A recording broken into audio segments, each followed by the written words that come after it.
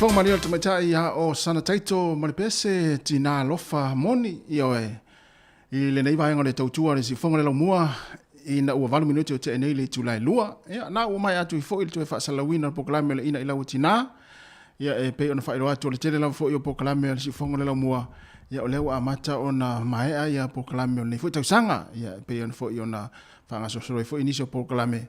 Ya ai o fa o pe ya le tele o poklame le tatu tautua. Ya nei taimi ya ol taimi masani fo nei masani fo ona tatu tala no ai matato fa so ai ya mori te fo i fa fianga o musika so i filoi ya o fianga il tatu watinu ya ina matua o tu asina sino le atinu tama matina ile ngata itono ainga mai se fo itono mo tanga sengase ya olo fa longo mai fa mai ya il tatu tautua le tasi ono tesi mo le tasi fa mo manatua le fa ngaloinga o to matua ya ite fo fa pe wa tele ya la wali ila lungo Facebook ma lungo YouTube ya ai ngalo i mato ya le ai melea ya ele fai ona ngalo ya utou ya ona yo tatu matua ya ai mai sela fo i tatu paanga ila to fo i ya olo fa nga mai le tatu le tio fa longo i le tatu frequency le tasi ono tesi mo le tasi fa mo ia ele ngata i tono ainga fa pe fo i tono ta vale o lo ye fo inisio lo fa ngata vale fa ngong mai le tio ia mai se fo i lunga nai mo tanga senga se fo i ia ma mo ta lo tau sia inisio matua ia mai se fo tatu watinu ia i vainga fa pena ia ele fai ona ngalo utou e mua lava matua mana tua ina utou ia ona utou ia o lo tatu pa anga numero tasina ia mai lava te mina amatai ni tau tua Tau sanga tasiva i valua. Ia se yo mal nei taimi. Melea. E le mfai ona whangalo ina o tau matua. E ula fo ina matou le lau ina o tau suafa i le aso male aso. Ia ona matou te le o ilo atu. Pe fo ona sa nore fionga le lipule tau na leila.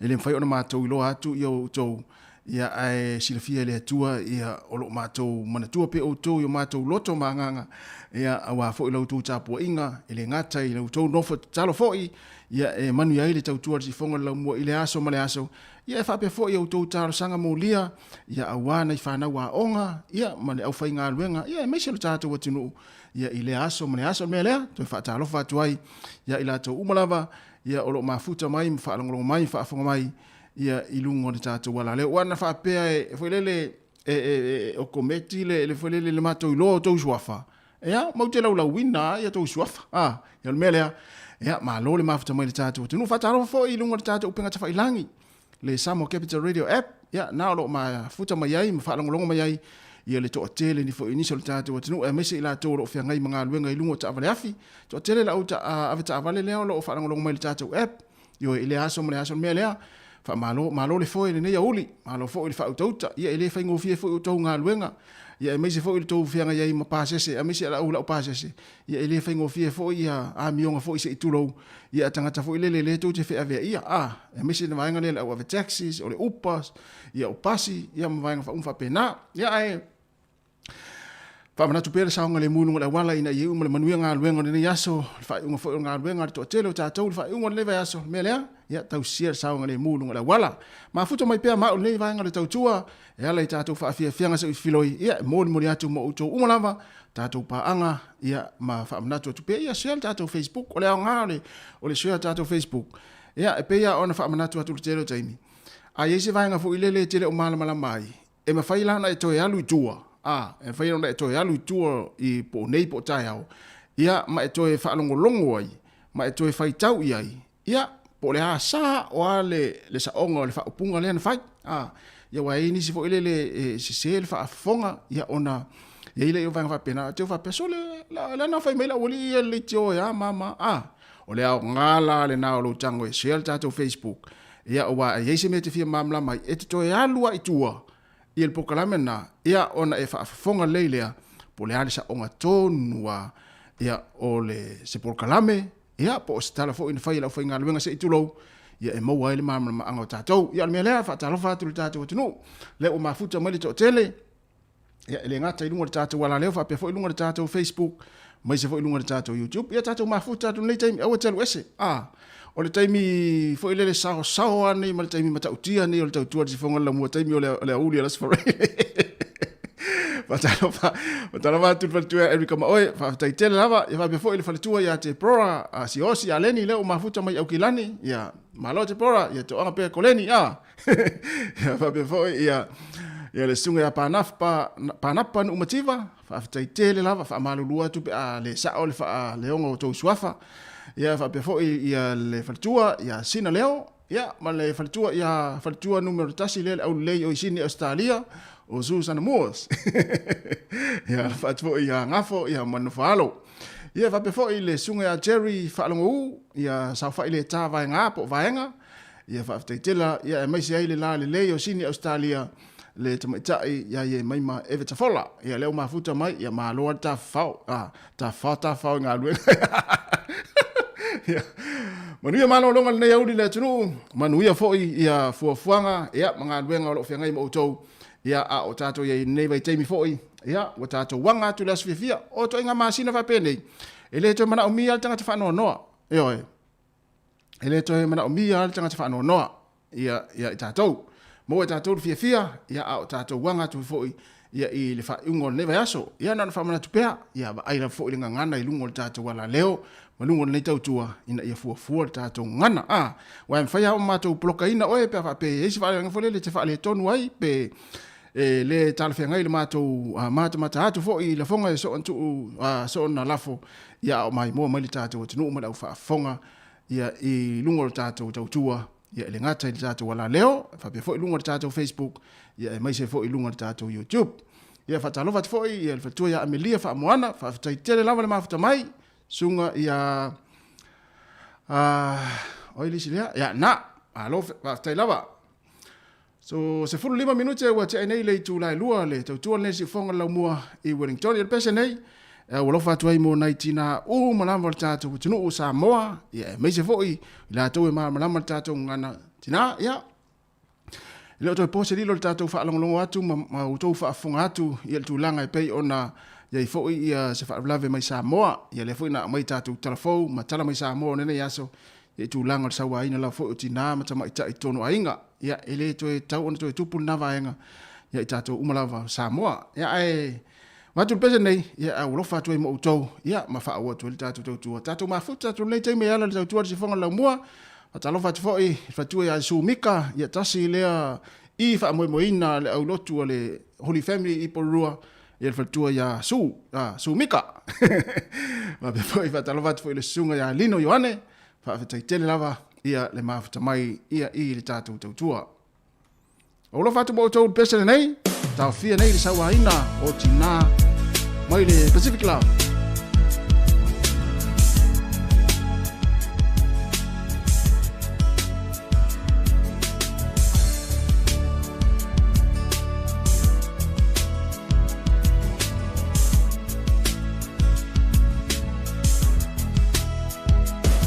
What's a fairly to little matter? Who knew Tipala le fair fan? Who lay Sema? Who lay Lufa? Linia, you Luimata. What fan of Matua? I will lay on now. Who is a one now?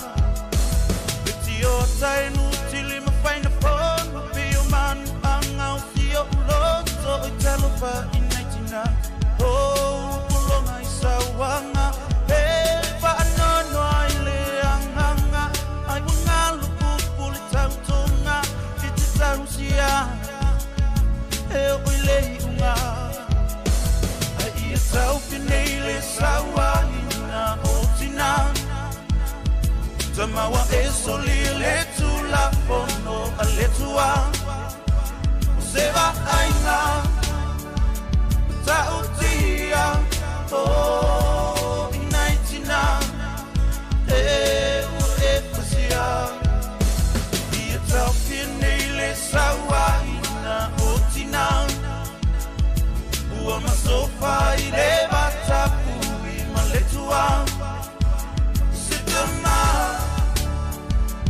Mole mole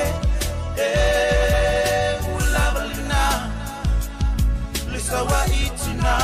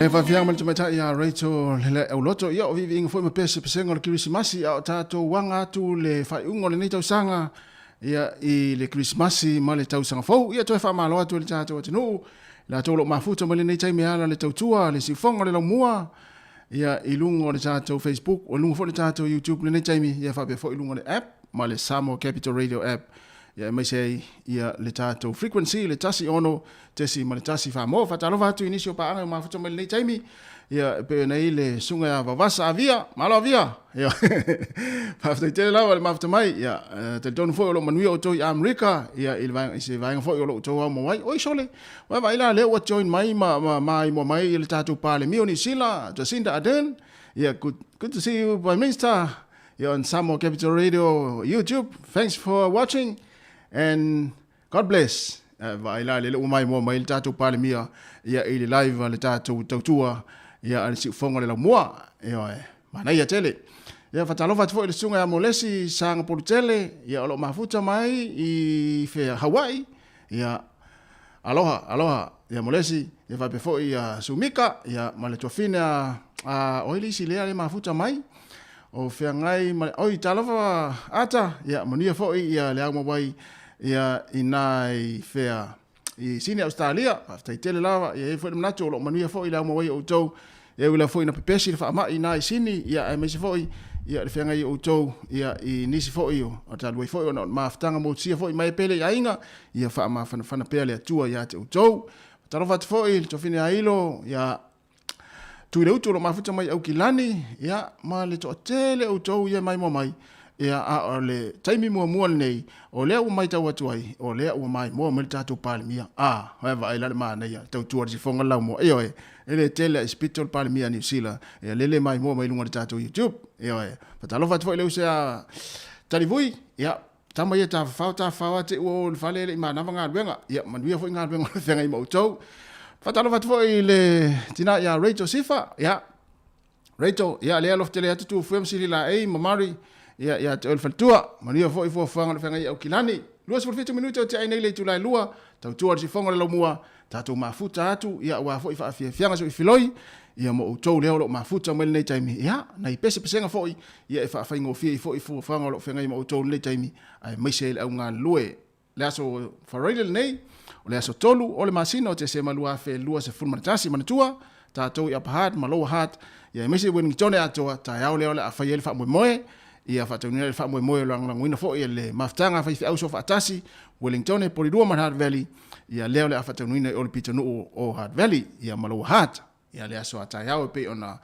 vat fo ele fionga ia nai ia il fatanuanga ia manatua ale fa ia lo tui se fa le tui de wala ta mal Christmas mas fia tato fia fatasi ia pangale ele fa ona mato fia ele fia ni so dainga pe ale fatanuina ia to tui pui melea ali faia lo tui ia ai o faia lo tui ta yau na fo ile wa sa no nai ia fa ali lo fo ile lo pasi le ja e fa tanga o ton fa pele faia lo tui mo tai mo ia en faia ona e anga i tonu wa lo ai securities il fai toa ia e fa iloa ia yo o na te la tu ele sa pasi ona ile fa ta unuina na so tui mo tai mo ia nai fa tangina o to ona o tu sa pele into pasi ia ai mo la to foi ele fai ni tui na to na fai ona o tonu ia la to ia o man fai tui ia fa ali la pasi fa to fai na lu tonu ile fa mo le ata ia tele fa fianga ia me se fo yo fa lo fa e ngol a fa to ni nai o lo hat ma na ia le ave mal fa na mo le ainga fa ta fa yo ia se i mo fo sina ia fo le e se mal nano fo ngate ia ma lo fa tai ole luas fruiva minuto o te ai nei le tu la e lua poklame le tupulanga talvou pe atale tu la fa ea anga ia tu lima man tu e le tatu poklame muli o le foi fatini ia fatu ama ai le o le tatu tua i le tu la yono lua mel tatu special night fa ma lostino le temi o le uli talova foi le sunga sa leone Sam Collins ia ma papa Lomano fa tele la fa malulua tu ape fa le sa ole fa le ngolo suafa ia tam fai lava le ngata ai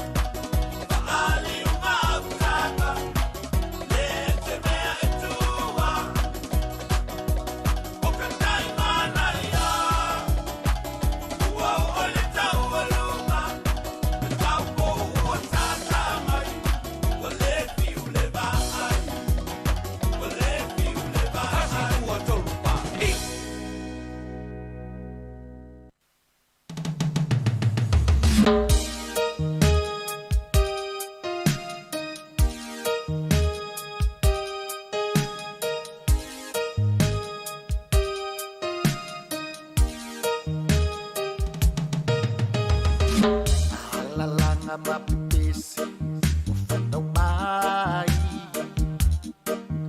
ole pepe navalo ia ilona wale malo oya ole tupu e ali ole file mu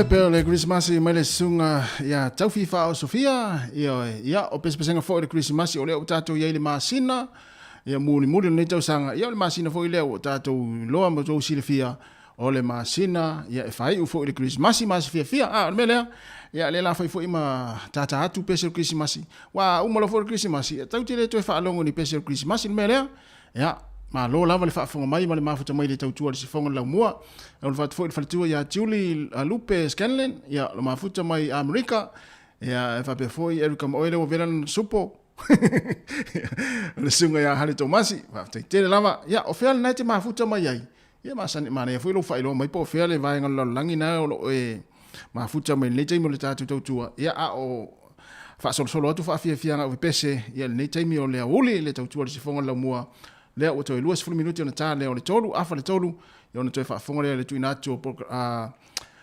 o tala fau, ia ma tala mai Samoa, i le afa le tolu. Ia, ona tā lo lea o le wha, programe tupulanga tala vau, se iau o pa ia le tulai lima, o le tulai lima ia o le tātou pukalame muli le pue whaatini lunga le Facebook ma lunga le YouTube ia se ipa ia le tulai ono fato a tātou mafut fato a tātou tā ape lava pe a tā le ono i le tautua le sifonga le lomoa ia e toi muli atu le whaamalo ma le whaatai ia le mafuta mai ia i le tātou tautua le neia uli o le si vainga lea na tau no i ele fionga ia na nai i whaamoe le tātou Wellington ia mo i lātou fo i o laile i whaiani a lātou pasi ia mo me fo i o pasi ia ona e fo ilele popole ona o whaai e se whaai ule le stala i le fo mai e se whaai ula i le IT ia lea na tau noa mamalama le fionga ia nai ma ne fo i wha mamalama atu vainga lea ia o loo iai le lātou vaenga ia mo i lātou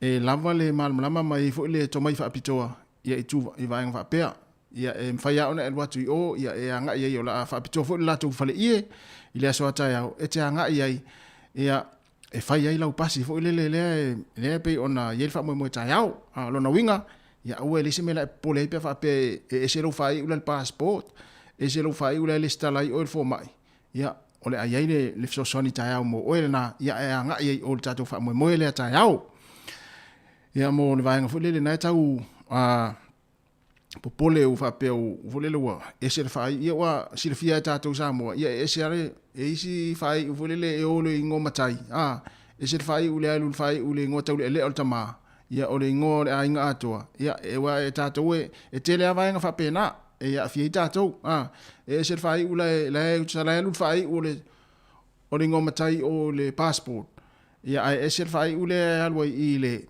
fo mai le stale fo mai ia melea ia aua le pole le vaenga na ai anga i o tai au wha moe le whai o i apahad ma low hat ia e lo iai le vaenga lo iai le team foi ia o le a sosoani a te o le vaenga na ia mo e toru se lau mo tupu le mana o mia tai au tau na whai tui o ia tari tonu ai e o vatu ma le fase lau le la o tai au e whai tui ia to e 40 minuti ona tā leo le tu lai tolu to e wha malo atu whaftai tele lava le mafuta mai le tātu tautua o ui kon te iu ia whaftai tele lava ui ia mania fo i nei aso whape fo i leuso ia mong tia whionga ia mong tia Simon Bradley ia ta lava uso ia mania fo i lea mawai Australia ia o whawhiawhianga pese nei taimi ia oe ai le vatua la le whawhiawhianga lea e ile si vaenga leo ma nei fo ia o tūlanga e pe ona il wha ia ua fo i lele ua o tele in tātou tala noi vaenga nei ia o le au te le mana o itui ona o lātou tantonunga wha keurisiano ia wha le lotu ia maisi fo i o le lo o e whaila tau tui ona o le puipuinga ma le saunga le mua lātou ainga ia te awa ia e ala no wale whaila o tui ona o le puipuinga o lo ainga wa o mala o whanau i le o seisi ai tū ia e whana manatu o tele fo i tātou o lo ia il tūlanga nā ma langona na ia e mo si vaenga fo i le te i tui ma ona o talitonunga la fo i whaale lotu. A lea lau te vai atu. E ia istanga ta whai evangelia. O ia fo i sa whawaina ia le televisia kerisiano le tono Amerika. O le whaifi au po o le au ona le tua suafa ia Marcus Lamp. Ia o ia na wha na fo i lele na ia amataina ia le ala televisia le kerisiano i tono Amerika. Ia ai e te te la le whaifi au le tui pui e te te le whaifi au lea o ia sa whawaina le ala televisia le kerisiano ia i tono Amerika o le suafa le whaifi au ia o Marcus Lamp ia le lopo o silafia e o tau ia o le mea lau tupu ia ua maliusi whaifi au ona wa fia le whaama pe ona whai atu te te esi whaifi au lea i le tui pui e le tali tonu ia ia ena maua lor wha mai ua le ise mea toi mwhai ia le ana maliu le neiva yaso ia oia o le tausanga tasi iwa fitu na wha vai nei le whaifi au nei le ala televisia kerisiano le tono Amerika o le Daystar Television Network ia e masalo e naisi le fia o tou e matamata masani le matamata i vaenga ia le ala ua awai atu se whaifi au le matua ia le whaifi au ia lea o na le tua ia ona tantununga la vai le tangata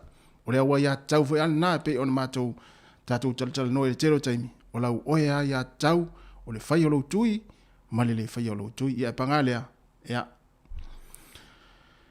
e le isi me fai le tangata le ua wa umana fai le tui pe a ia afia ia pe ana talta novo le telo taimi ia o isi a inga e ia isi o lato umana fai tui e isi le fai tui ia utili lo ia po a pe e mo isi no fel fai na vai va pe na pe fai ia maftanga fale a inga le mele la anga ia tuai le fai ungon le tau sanga mana tua tatou Wellington o lo tatou lanu lale lanu tatou le Wellington se ta uma se Wellington pe lale lanu le tatou lanu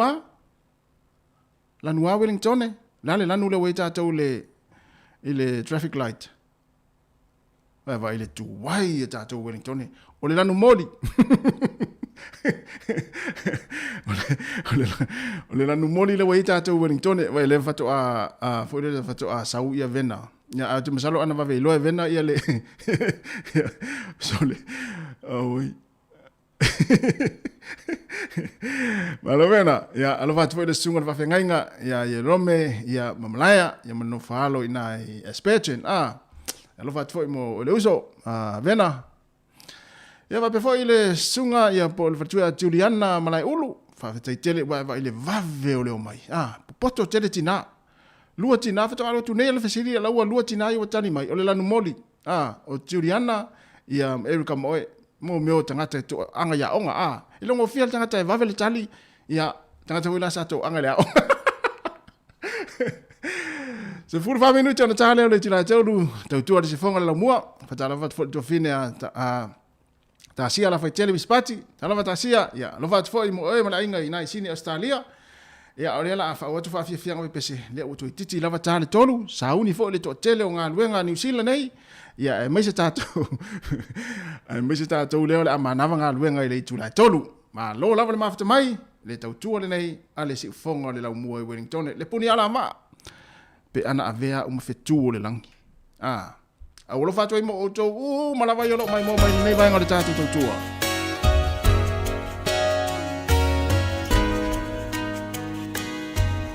Pape foi le sunga ya Seka Rokeni ya lo mafuta mai Northern Fair o Australia ana vea uma petu ole langi no fo ita mama o atu mama tangi manino la fa alomo I pese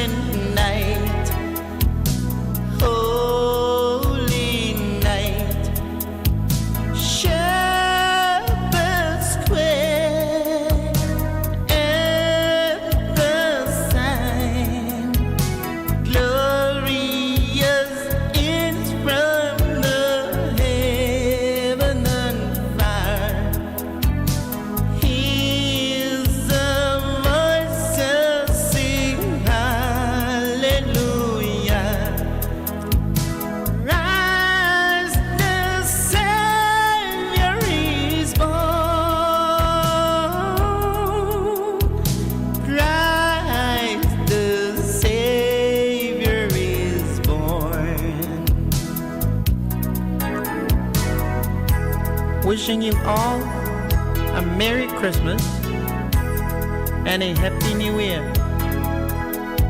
To my Angela and Brenda, my wife Leonie, my mom and my dad, brothers and sisters, my friends in my veins all over the world. Merry Christmas from Levi, Yopu, Taleni, Rosetta, my manager and producer, Billy Yeru, Vision Recording Studio, wishing you all the best from Isaac Fuller. God bless you all.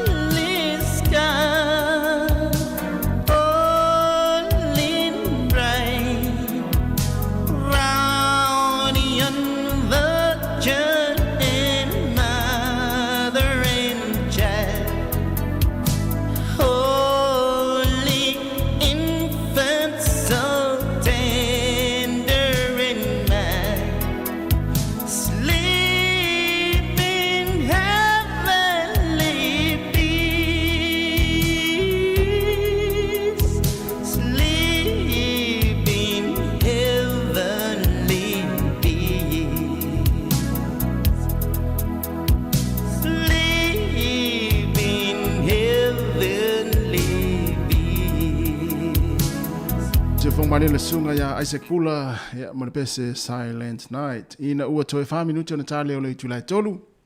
Mana tua fa ya sola isa mo taimi fa pe nei o Christmas. Taimi fa pe nei o le amatanga o masina o te sema. Ya o taimi fa pe nei ya sola isa mo. Tile lo ya se fo ya taimi fa pe nei tate mana tua sola isa mo la ititi.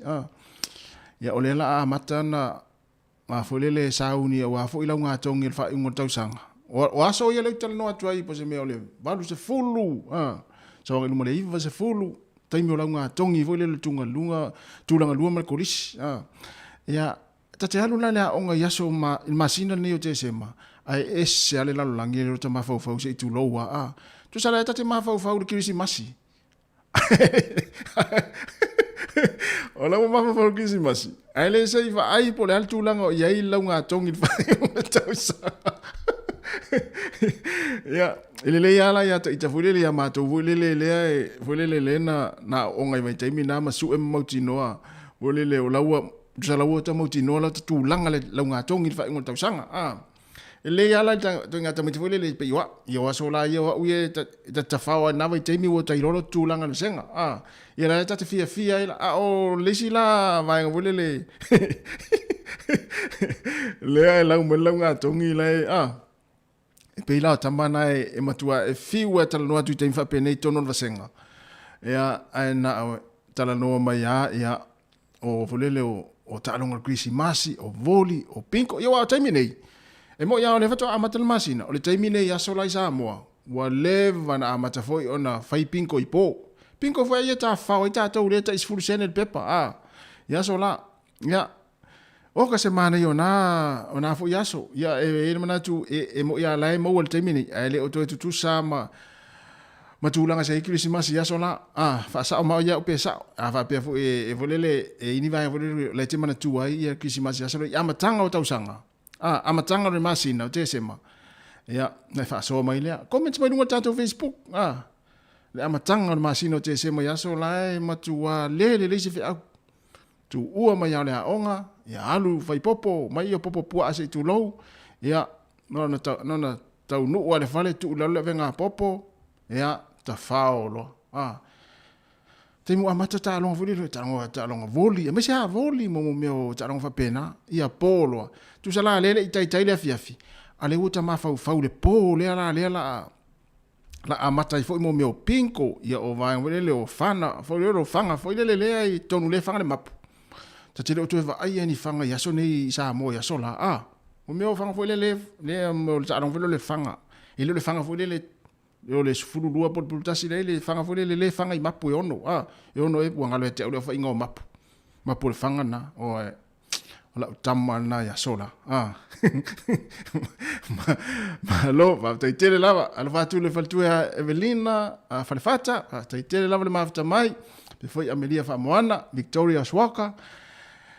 Ya, ma se foi le faltu ya Erika mo oe. Wo te tasel minute ya ona tale o le tu la tolu. Si fonga la mo Wellington ya el manatu na wa amata na mana vanga luenga to tele. Ya na fa manatu pea. E temi fa penei wa ifo inisio ma tu le la na nati mai piki fa na wa onga. Ye le tu la tolu. Ya e ngalo ile saunga le mule wala ya. Fa uta le lo sa le wala fa mari le ya onga na tele piki e se fa nau. Ya ma lo fo i ma to fa ma lo atu nga lue.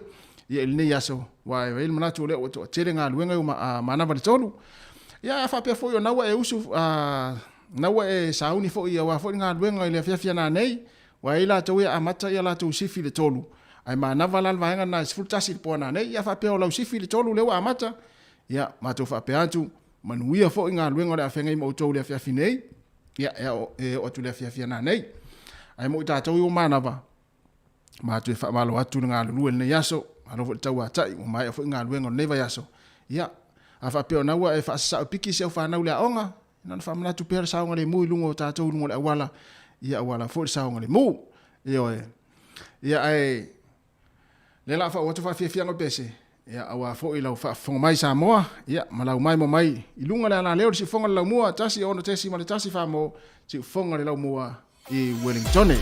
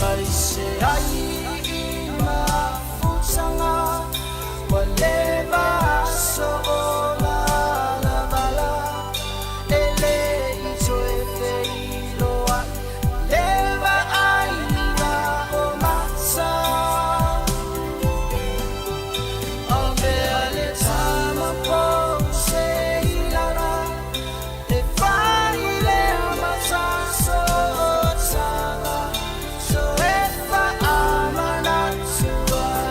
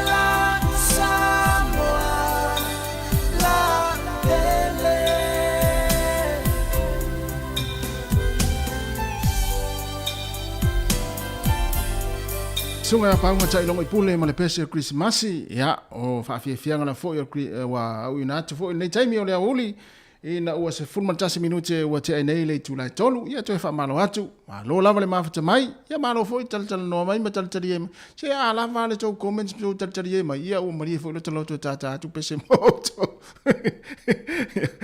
ia mo tata o fia ia o vai tau nei o vai tau o fia ia ai el janga tau le o fia le taimi nei ia pule ia oi ia pe ona vai atu le o tata wanga ia tu vai tau was fia no winga wa mea fita ma finga tau le langa ia e mo la fo e ia fo la ngona fo e ia fiai oe no fa no e fa te inga po se se la inga wa to sea ia me se fo i pula fo se fa la velave se maftanga o mo tia fa fo se ia ai tam fo la fo e ia se na la ngona ia ai tam fo ia fia loto wai fai fo ia fa no ia alfa tu puma i fo ia tatou ia me se fo ia ole le fia ai ma fa no ai se fa nau por wainga ia pe vai ati ati o te mama tinana te fa no melea ia na on nei fa fu le tu lalo fo i ma fa manatu ia so fa pe nei ia fa malo fo i nei fa nau ia mai te watu le o te le fa nga solo ia la nga tong ia nei fa nau a onga sa mo ia ma lo lava le tau fai ma lo fo i le to anga ya onga ni tau sanga ya na fai ina fo i manuia nisio la nga tong ia nisio le tele wa onga le tatu tunu le yaso ia me se fo i le so nafi ia ma lo fo i nei matua ia ele faingo fie fo ia nga duenga nei matua i Samoa ia ola fo i fanga ia i male avina nei fana wa onga i le tau sanga atoa ia nala o tali mai lo walo ia fa fie na fo ia fa pe fo ia lo fa manuia ina ia se walo sa e fo lele sa e fa mo lunga e mo sana tulanga ni tau sanga ia on sai e to so fo i la tau sanga fo me fo ia le ngata sa mo a ta tau New Zealand nei ia fa pe wa o le manuia fo tau fai le tama male teine le nei fo tau sanga ia o pole ta tau e le se mera fa no ai ia ona ele fai ngo fie fo isu enga ma fo nei fa nau ia ta tau ta po i matalo e to so fo i la tau sanga fo ia manuia foi la ia o ngana fana ia fa fie nei tatou melea ia fa malo atu i Samoa ina i matua foi ia me se foi fa ia onga ia sanga patia fo nei tau sanga atoa ia o le fa wina mo manuia foi ia launga tongi foi ia ni se wa onga le mai tau atu le aso nei me so nafi ia malo lava le on sai malo foi fa malosi ia malo foi le lava papale foi ia i tulanga pe ona i foi ia le nei foi tau sanga ia i au tau ngā luenga whawhia o ngai Samoa. Ia, mani usira nei fo i mai sose atinu o laulangi. Ia wha malo lava le tau ata i nei whawhia o ngā. Ai, mai tau atu fo i le nei fo i vai aso. I le pito nuu leo Taranaki. Taranaki, ia, oro iai fo i whiorolo fo i nei tangata Pasifika ma Samoa oro iai. Ai, mai tau atu i le pito nuu leo Taranaki le nei vai aso. Ia, e pei o le tau fai tasi o pulenga whawhale mai nai Taranaki e fai ia wha ngā solo tui pui. Ia pei lana sa whaatu ina isi la tu whale ia i whafu. Ia i mai tau atu iai. Ia e pangalea. Ia e li whaatanu ina ua so whai fo ia le au te e tui. E se sole wingo tangata sole. O le mea fo i le whaamanatu ia tātou. A whapea te o laua alo to whaitaria malaua ia tau le whai ai sau tui. Ana e te sira fia o lai fai tui pui si tasi o vaenga o le pito nuna te. Ia aue te alu fua ia i e whaavivesi fua. Nofo pea oe ma tau fiofi pea lau ia tau ia te oe. Ai aue te alu i fua i oe whaavivesi ia tui pui o la fo i fai e si la fo i vaenga ma si la fo i pulenga whaafale mai. Ia war saonga le mua tangata ro fia fai tui mo la tau ainga. Ai mo oe le nao e te apele tui. Ia Peila ona I fo ile tui lea la afanga solo tai au I pitonu olo hat lea nang no ina malo sila maftanga fa I Samoa. Afa apeo na te fua te alu fa isau solo te yo. Ia. Na se tu alalo a. E se ataro naki ese I lo hat. Ma apa hat. Te wela tu voilele fa vesi o I tui pui. Ia ona tu pui leo ni vaenga voilele te le fia ai. Na le fa manatu tu pea. Ava pe o la wea faitalia te le mana failo tui ya o te alu fu fa vesi ya tui pui le fa ile va nga va nga New Zealand ona o tu stala ona o le na fa ina ini se lo fa nga luenga fa mai ya e pitonu o le o taranaki le amatanga nei vai aso ya tau ma fa ya la tu e fa nga solo tui ya e fia e o lo mana fa tui ya pe o le na o so fa ia fo e au te ma le au le ini le mana fa tui ya mele ya talo fai le fengo fianga luenga la tolo nga lue puleng fa fale ma ia wale am ne fengo tui ia le mele ia no fa manatu pe e se atara naki e tau leini sa mo mon pasifika mo ia la ia e se fo il pitonu ule lo hat te wa watu fa pe e faina fa solo te il mela fa tao ia ale ve o leo ia te wa solo muri ai oi ile au foi tu te le sa mo ne fa tu foi we fina ngalo ele fe so tu I la we ya tau ya no pe o lo fale a te alu foi ti solo te o me le fa tu ona elengi a ngelu foi tanga tala o la fa ya tu fa tu foi sfur fitu minute o te ai le tu la tolu le si fonga la mo Wellington ma lo lava le ma fa mai le tau tua patalo fa foi le sunga ya to tu nufi ya Sauvao ma futa mai ia Amerika pe asu sole le tono le military ya nalo vauso manuia fo ile au mawai na tunu ma fenga I mga luenga ape fo fal tu ya Freti Funga ya Joyce Silva malo Joyce ya o seu malo Freti Funga ya ma to tele o tona mai mo mai ya ma na ya tele tata we vai vanga le ne uli fato tata ta ape ali tu la yo no le fia na nei o le so o mal pokala me tu planta le vole tu la fa le sunga ya mari le sa mari fa valu ma le to fine ya ana fa solo ia ona matou toe au mai fo ile fa wino tato poklame muli ole ape foi fa tini mai le lima anga ile tula yono tato toe mafuta ile ia lela fa anga solo fa fia o pese ma lo lava le mafuta mai ate uto umalava ia olo o mafuta mai le taimi o le tato tua ale si fonga le mo Wellington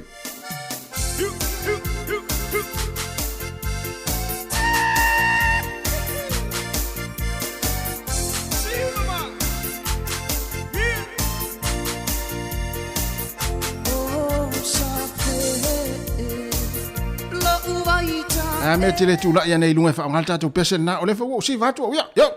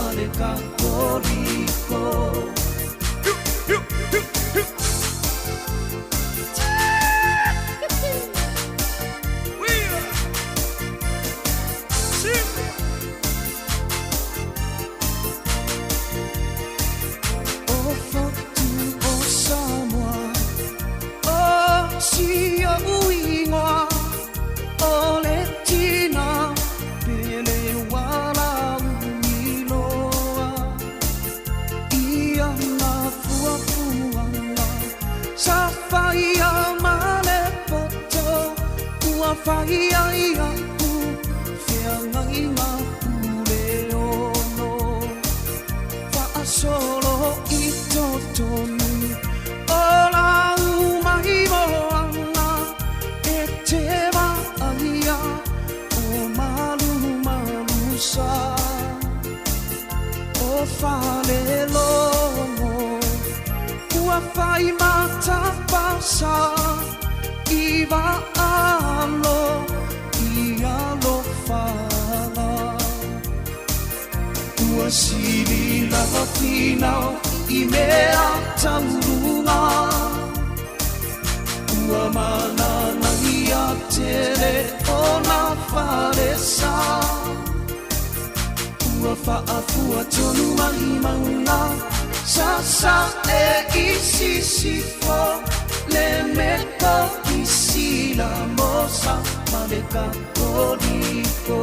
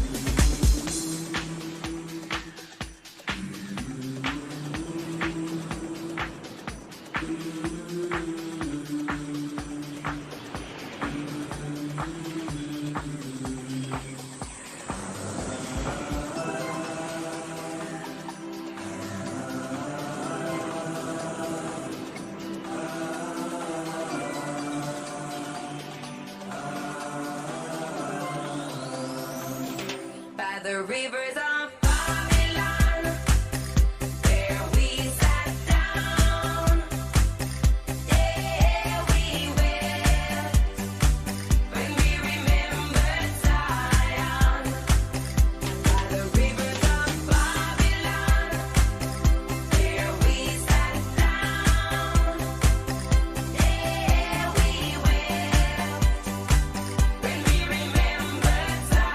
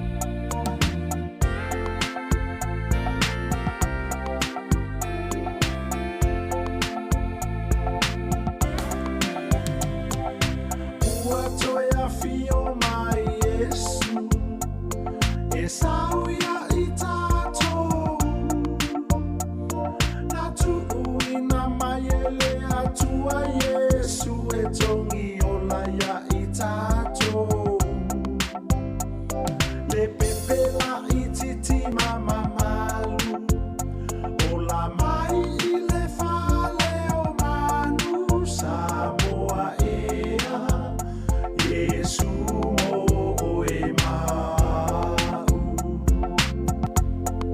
Samoa ea Yesu mo o e mau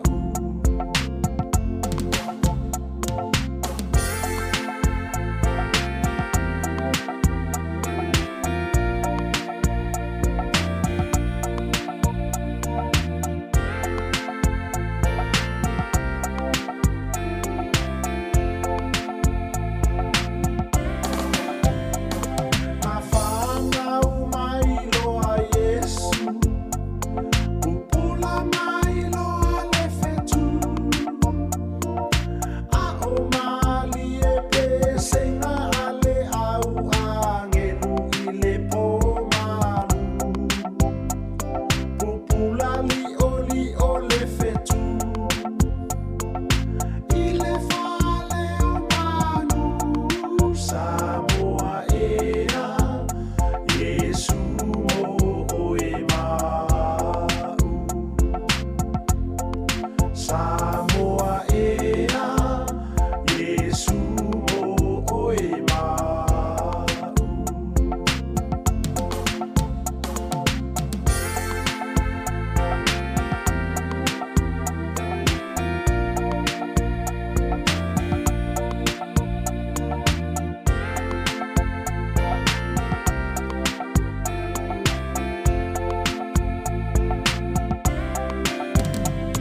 Le angelu ale alii Na faali o se faile miti Na fetalai atu yo se fao e se atu outo I ai kupito Le angaulo o tau lama lama Hero tai fosi o ti I le tama Samoa ea Yesu mo o e mau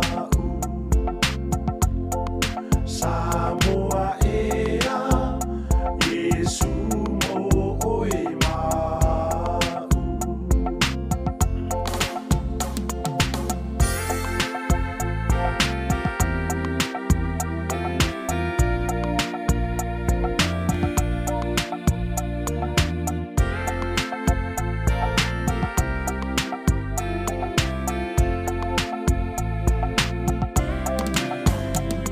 Le angelu ale alii Na faali o se faile miti Na fetalai atu yo se fao e se atu outo I ai kupito Le angaulo o tau lama lama Hero tai fosi o ti I le tama Samoa ea Yesu mo o e mau Samoa ea Yesu mo o e mau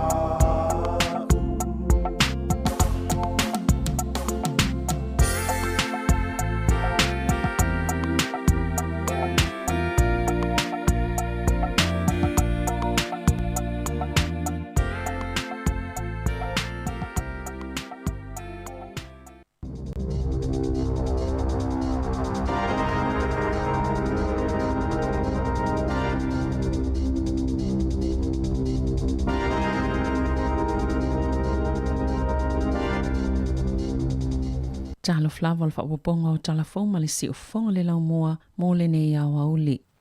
Na whaasilisila le minista o soifua maloloina Andrew Little I le tai au ana le la o le a whaaluina I le malo le selau miliona ta la e whaalile e whale mai. Ma le 5 selau fast full 4 miliona ta la o le a whaaluina I ngā luenga whaatino e au fia I le au whai ngā luenga la tau te tāpena ina le ono matua pipisi o lo COVID I le tausanga a sau. Ua mai ona ia tala noi fale mai na ia whailoni a wala e vawe ona whaopopoina le whainu mero moenga I potu mo ngā singa siti ngā ina e ui olo o lava na ilo le tūlanga mo mia ina. Peitai, ona o le uanga I le atunu I mōli lanu whaailoilo e mo mia lava le mautinoa o lo ngā whatie fale mai ni tūlanga I ono tutupu whaafua sei. E whani polo keti mo mua le o whaasilasila. O le fale mai wai tākere I au kilani I sifo, le watu ina ia I le ono 5.10 miliona tān la. Mo le whaalau te lenga o le avanoa, e ofie nisi moenga se tolu se fulo. O ni moenga e ono I potu mo ngā senga se tinga aina, ma nisi potu se lua mo isi tonga fitinga. E le ai salatou potu mo ngā senga se tinga aina, mai ave alatou ngā senga se tinga aina le fale mai North Shore. O Bay of Plenty e se 5.5 miliona tā la, Canterbury e se 2 miliona tā la, moni moenga e se 10 I potu mo ngā senga se tinga aina. Ai o se fiafianga mo le aio o kilani le ala whai mai le tae o ana leila, ua maua sina sa olotonga mai le se lau ma le fitu waso. Na lokai o na ole pipisi o le COVID se fuluiva, wa iei o kilani le lanu mumu o le Polkalami Traffic Light System, whaatase ma Northland, Taupo, ma Itu Malo o Rotorua Lakes, Kawerau, Whakatane, o Itu Malo o Potiki, Kespen, Wairoa, Rangitikei, Whanganui, Marua Pehu, o isi vaenga le motu I mātu ma le motu atua I sauti ua I le lanu moli. I au kilani o mawhaio na tatala nisi o au nanga I pe o fale kofe, pāpia ma fale toleni, ai olo iai matu utu onga. E whaitau whawhele numero o tangata safia ngai ma whaafita auli I le fia maua o lātou whaamaoninga ua mai o lātou tuipui po le vaccine pass. Ma ua tui nātu ne iei se whaamaoninga po o se pass mo se teimi le tō mau. A o whianga iele matanga wenga o se fua maloloina ma le to o te leo tangata o lo o fia maua le vaccine pass. Pe o nanga I New Zealand le so I le Polkalami fou ua whaatulanga I le tali atu le COVID-19 le ua whaingoina o le traffic light system ma ua whaongaina I le tele au nanga ia whaamaoninga mo I lātou o mai atoi pui e sa o loto ai o naulu whale so o se no fuanga peitai e whaitau a whitangata o mai atoi ta ilua ai le I talo sanga moni a lātou vaccine pass e iei si tangata o silia malta ilua bayaso o fiso o tai malamitanga luenga ma asia se atu I whale talavai. Ina ia maule whaamaoninga peita e le o whaingo fie, ona o nisi na whai atono I whafotu I pui, o nisi foi e whesui ia I ngoa, wata ue whapeto samale fit se fuluafe I lātou wia. Sale I mawhaio na maoni to si pasi whaamaonia ua mai ato I pui, le wala foi na ato I ni whaamaoninga mo se taimi le tō mau. Sa whaatonuina tangata whaatau I supermarket le Countdown, ina ia whaatau na ole oloa o lo mo miaina. Ina ia mautinoa e lava o loa mo tangata uma. Sa whaalavlave ma poloka le launga o loa mo supermarket le Countdown, ona o se soltete a tangata whaingaluenga. Ia ngā luloi no whanga autu e te waia lato o loa, molo na whaasoi nā atu I au kilani, e tu samalta o fit se lau tangata whaingaluenga I Countdown. Sa solo te eina ua le italieina le company le talo sanga, ina ia whaiani si itanga I o lato tutongi, I onga tase ma le si itanga o tau o loa. Na ta ora so o le First Union I le vai aso taluai, na sainia tangata whaingaluenga mai ni whale, po ni no whanga se lua I whaaso mai e o loa company au kilani. Se mali lianga fau o lo iei te tono, se 5% o si itanga o tutongi mo le tau sanga fau. Ma le tolu te si male 5% e si iei te tongi, mo le 5 masina I le isi tau sanga I lumatu, na ta wesa o le Countdown. Sa whaafifiaina le company na wa iei se mali lianga ma tangata whaingaluenga I na te e peitai, na tūla e mai ei mani whaafita auli, I le sapalai o loa. O la whaawau na wa aia tangata whaatau, le ngao o nisi o whata I tutono o ala tau supermarketi. O whaopopoina le to o tele o tangata whaingaluenga I matua vai ma le lava vā, ma ua whainga tāwhu ina whaapaleni o la tau soifuanga ngā lue, ma tūlanga whainga tāo whianga ie mal whaamai o le COVID-19. Ini so e ngā whau ma le University o Aukilani mo le tekonolosi, na whaali aia to o tasi ma le to o tolu tangata whaingaluenga, e matua mawalunga level tūlanga la matia mai e whaafita auli, mai le to o tasi le to o iwa le sa whaamawina, I le amatanga lava le whaamai, na ua amataina le saili linga. O tangata whaingaluenga I e tele o lātou taimi le whaonganga o masini popoto I ofisa, e mawalunga lava le tūlanga a whio I lātou le vai ma le lava vā. Pito iei tangata whaingaluenga Māori, maisi ngaluenga iei pito mo mia, na ta ue Professor Jared Ha. O awanoa i o whaingaluenga toi tangata i o lātou ainga, wa atiliu na inai i lātou e ngā lulue i whafo atu o i tū la whaingaluenga. O na inai ha i a whaalapotopatonga ma kampani na ia lango i a lātou tangata whaingaluenga, e na ia lava ni taimi malolo i le tau mawhanawhana. I whafo atu o New Zealand, wa whaituaina e Donald Trump le to alua Berenice Harry le tamaitai o Meghan i lona whaaleanga ina o le sootanga po le vao le Berenice malona ainga mai le whaaloalo le tup tamaitai na ta ua le na vea ma President o le United States e elo na talitononga e tunga tele se whaingana whaonga aina i e Meghan le li i Berenice i sana whaatala noanga fau le ai whaiei televise na ta ua Trump i se tasiona wo Nigel Farage. E yelo na manatu wa sasi Harry lo na whaipoipo atu i a Meghan ma yele aso i toi salamo ai. I lo na manatu lo tam whai Meghan e whaiani ngā yoinga i manatu ia e le tala whiangai. Ma i le whaalo i le ai ngā tupu ai mei se lawal tupu tamai ta i piona whaali e Trump. E i se whaatala noanga fōua Meghan e whaasala lawina i le GB News. O Meghan sa amata mai le polkalami le televise i Amerika o tamaita i o uina atopau i le deal o no deal ma o le luaf maleono sa iei Trump i le polkalami lunga o le televise. Ta alonga, o le poana nei o la whaieli ta alonga mo le Phoenix le au soka tamaita i Wellington i le taamilusanga a awa Australia ma le taimi mo lea o awa iai lea taamilusanga. O was full whātau sanga talo na whaavaile awa tama le Phoenix ai o le uofia tunei le awa tamaita i le taamilusanga o le A-League e ta aloai ma le Wanderers a sini sisifo i Wollongong. O le au whaapolo fesa mo mua lea New Zealand i le vaenga o tamaita i peitai e le ato le tolma sina talo na tu whaatasia le au soka ma tā pena i mol ta'alonga mo mua na filifilia Gemma Lewis e avea mawhaia onga. Tala fawia ma le siufonga le lau mua mo le nei au auli.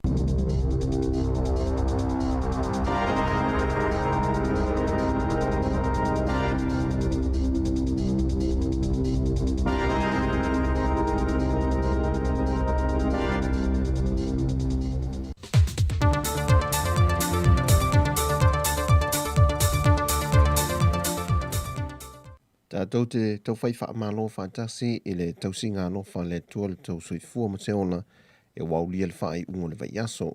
Ai o tau tua masani le siu fonga le lo mua ta wala i ana telefon mai sa moa. Ua tini pa o le utum o tau lau le wha moe moe. E na ua te tala alo i eina le aso nafi se tasio moe mitinga le malo Peritania. Ta wala mai le sunga le komsina i a David Ward. Whapei ma le longlong sua a le kompania le SAP, le fionga tofilau fiti Langwai. E na ua mai a whausia ma whaatotonga ina i tusi se tasio whale tusi i to ese tan malala, ma whaingoa ina o le atua o le mana malama. O le ngang o le whausia ina ai o le sosoani le nei le malo Peritania fantasei ma le kompania le SAP. O le saili a wala le toe tapu e le soifuanga o whapea ina o so se tasi, e no fosala i le whale pui pui tan malala. E te tonu le whionga le minister mtanga luenga o leo whale pui pui o le ona toe fua te ina le whionga ia whawalo Harry Schuster o le teimi le mautonu ma pongsa ai wha moe moe o lantou le to ese o le whale le nei wa whausia e toe susuru o tuai se malama lama o le tue loto manganga e ala i tusi ese o lo whaatotonga i nai le nei whale o avatu vole whaatua tuanga i le whionga le minister e na ia wa aia le lei ma whao ngā tatau e le au whai ngā ruenga o le atau sia. Pe on sila fia o le to ese tan malala wa le na o le pauleo se ati nae wa whausi ai mō le leia ma le tapu e no soifuanga ma o langa o lātou o lo o iai.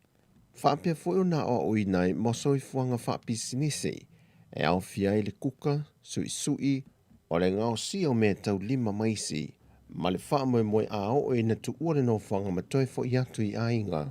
E ao no lātou wha wa wina mea nā o wina, e sā i di ai se leni e tausi ai o lātou a inga, ai mai se foi no lātou soi fuaman wia.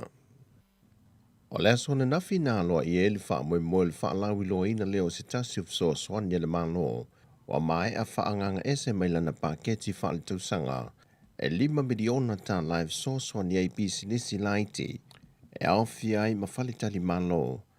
Ono a fianga o le COVID-19. Sau no le fionga le minsta o tangata tā whawhau mai mō mai le antunuu. Le fionga toi susulu Cedric Schuster. O le whaamue moe o le malo i le fisoswani le nei. O le atele son sau ili toi wha le leia ma fisoswani nei pisinisi inisio vaenga. O loo mo mia vave le fisoswani. E pei o ngā ruenga wha le leia. Fisoswani ili tutongi no lau whai ngā ruenga o loo tutoe. A wā ua to tele le au whai ngā ruenga mai whalitari malo ua vaea. Ona ua le lava le se leni e tutongi ma wha whai ngā ruenga wha awa wai. Le ngante lea o ia se leni e fisoswani i pili wha le tausanga. Ma fisoswani fo inisio pisinisi. E tutongi e no whanga o loo lātou wha ngā ina. Wha te sei ma le fisoswani. Il tutongi no nisi no ngā tupe wale mwhai on tutongi. Ona ua afia i ati nae. Whae loe le fionga le minsta o le whanau nau ta inga o le malo. Ia toi te tala ifo fe malanga inga. Ai o lo lava ta pena pisinisi o le nei ala manuia. E tali atuai ini malo o le asiasi mai fafo. O le 5 miliona tā la watu inatu le malo e tau walatu i le whalapo pitonga tangata tā whawhau mai mō mai Samoa. E mō pisinisi o le nei ala manuia. Lea sa te talo tuaitoi sulusulu. E na ia whao ngā te tau lea fisoswani i au ngā mo le toi wha le leia i o pisinisi o au nanga. A wase manuia o ainga a fio anga te itasi. Ai maise male tamau ainga o Samoa. O le no whanga o le tō manga moe popo ngā tia po le Samoa Victim Support. Vanta sei ma le no whanga o tangata mātutua le mapui whangalele. O no whanga i e lua ua whaamanuia i nei se leni whaasao mai. E pinko sa whaawa wina mawhaia i le ainga sa te lea i whale ula. O le Samoa Victim Support, wa lata i le toa se lau alo ma whanau o loo tau si ai, le ua whaamanuia ina i le nei whawai. Wa tui nā tuai le lua awheta la ia au le pulenga, mō le tau si o whanau whata si ai, ma mea alofa na tufutufai nei whanau o sawa ina. Whata si ei ma le 5 awheta la le whaatupenga a tō se fisoa swani, wa fo inatu i le no whanga mō tangata mātutua i mapui whangalele. E lua awheta la foi se le niutu inatu i le pulenga o le no whanga, e fisoa swani ei vaenga mō mia. Au leisi tolu awheta la, na whaatupea i le lua se fulupusa diapers, o vaenga ia pito i silio na mō mia, e le pulenga olo o latu tau sia tina mata mama tutua. Whaadia le suia le komitia le ainga le sa te lea i whale ula, o mea alofa o mo whaatupe tau wale le nei pinko, wale ngata ina whaia i whaamue moe le ati na ele o le ainga, ai wa apa tuai fo i e fisoswani whaalapo tonga i pei o na tā ue lunga.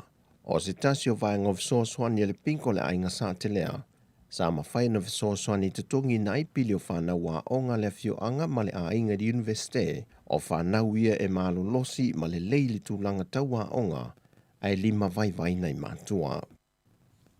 Au whaawa wina por kalame ma o onga i te tonu o le 10 miliona aso, o le pui a leo tina ma whanau mai o sa whainga i sa wanga i le mawhau whapea fo i le tino, o lo whaasolo ai se tasio au onga ma por kalame i te tonu a onga i le antinu, e su e nai a fianga i whanau. Ma mawai, e lua 0.5% o whanau o lo sa wai nei le tino, ai 0.5 miliona pasene, o lo sa waina i lanto i mawhau malangona.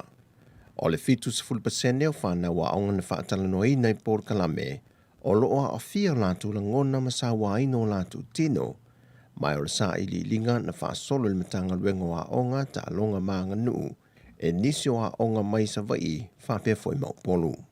O le fionga i le li fo mai o le tō whamanino ma ta awha Dr. Desmond Amosa, o lo ia whaatau teia ia o a onga. O le taunu unga o le neisa i li linga, wa te talai male awa noa mo le tāpine ino ta iala tāla whengai. Whapea fo i ngā ruenga la vea i maile mtanga ruenga wa onga ta longa maanga nuu, e whawhau waini swinga le lei mo le fafo le nei whawhi tauli. O lo ia isi fo i tūlanga e le i mawhai una o ia le neisa i li linga, e pei o mafua anga i sa waina i tutonu a inga, o nisi o vaenga sa tuli loina ia su e suenga, i whanau i tutonu potu a onga. Ma le tala whaiu, wa polo ia nei le pule o le official whaatonu tono le antunuu le regulator, Le whaalapo tonga le malasi anga wha le tise ina ia tau fia lo le toi wha awa wina o lana polo keti. Le ono wha awa wina ai le wha pi no mita ta mai po smart meters e maota malawa o a inga wha pia foi pi sinesi. Se ia toi mai se isi wha tangana mai le pule wha tonu. E le tusi na tu inato le ofiso le pule wha tonu o lo ta awaiso lato fontanga le aso mua te sema.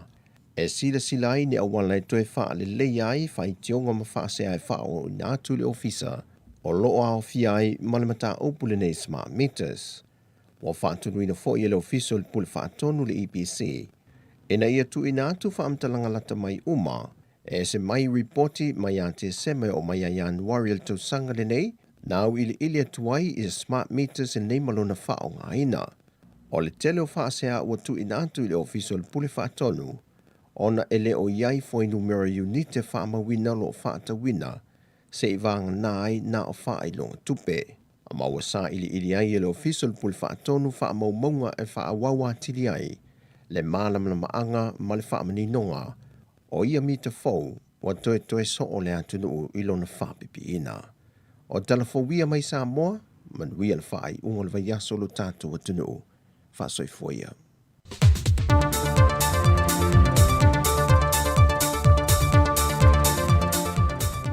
Malo vaftai o le nau whaafonga tunu le toi whaasalawina o talafou ma tala mai sa mo le nei aso mai se fo i lo nei vai aso ia toi tala i le whaiunga o le nei vai aso ia ai toi mōre whauponga i le vai aso fau le aso fua le tai masani i le tulai valu tatu talafou ma tala mai sa moa leo toi sifuru minuto na tala leo le wha ta pena mai fo i le poklame tupulanga talavou whaafoina ia le usa maru whai valu ma le toi whine ia ana wha solo ya mai foi la ia le poklame le tulai lima le tupulanga talavou ia na ma tu se mai foi lea a wale fa wino le tato poklame muli o le nei vai aso ma nei foi vai aso o le pe foi fatini se pa ia le tulai ono ile fiafia na nei ia ai toi mo le atu le fa malo ma le fa tail tato tunu le mafuta mai le tautua i lungo le tato wala leo ila to foi lo fa o pe le fa longo mai ia watafia foi lele watafia ta watu aingo na imatua mana i tangata ia fa longo mai le tio e pangalea ia ele motile mo ia to sua fa ilungo tato Facebook mo tato YouTube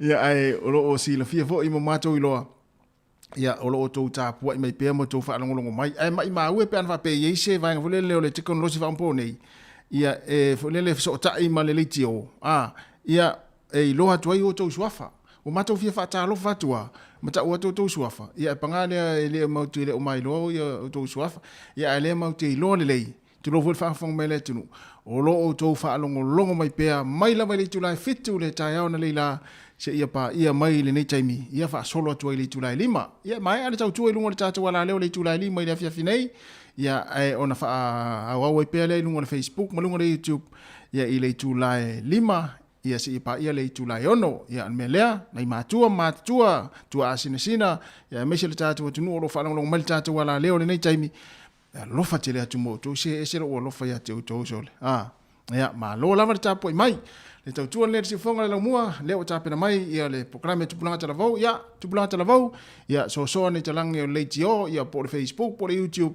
ya ma futa mo to programa le o le awina tu pe atalefa ya o le la fa awina tu fa fianga ve pese ya wa fo ile fa fonga mai le tunu la to fo ina o to i tau i a inga le taimi o mai ai fo o to nga luenga sa fianga mo to le yaso ia ma tu e fa malo atu ia le tawa ta i fe au mtiu tio le yaso ia me se foi nei fa nau sa fe ngai ma onga ia ma lo lava mana tu planga tala vau ia le sfuluanga i lunga tau sanga matua fa mo le ole afa tanu ina le faingo tu ile so ta yao ia i o le pitonu o lo hard mart valley ia na tu es fulu minuto na tale ole tu la e fa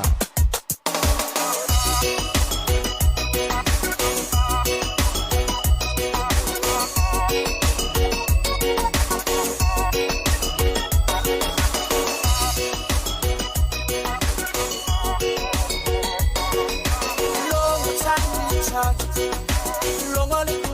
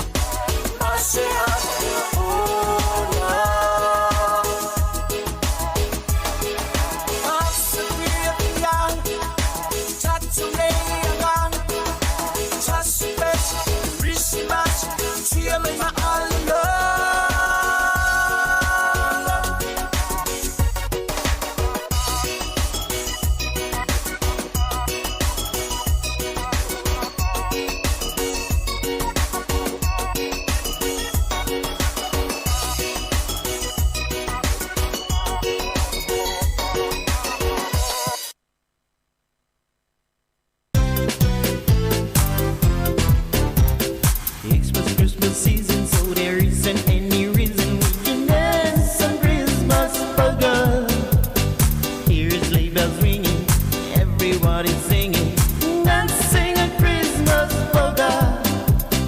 Christmas trees so holly, make everyone so jolly. And love just fills the air.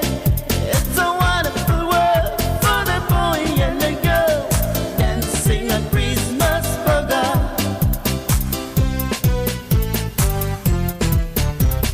Merry Christmas bugger. Let's dance, let's dance, let's dance. Everyone so happy. The air is filled with goodness. What's the sweetheart kissing as they dance me for me to do? It's a sign to behold from the young and the old. Merry Christmas bugger.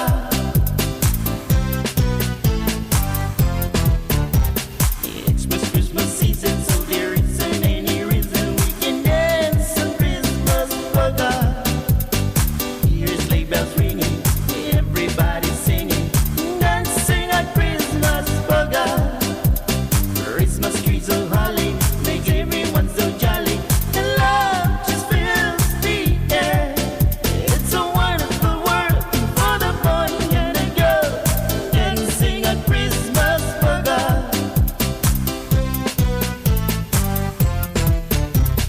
Merry Christmas bugger. Let's dance, let's dance, let's dance. Everyone so happy. The air is filled with burning. What's the sweetheart kissing as they dance me for me so tough? It's a sign to behold from the young and the old.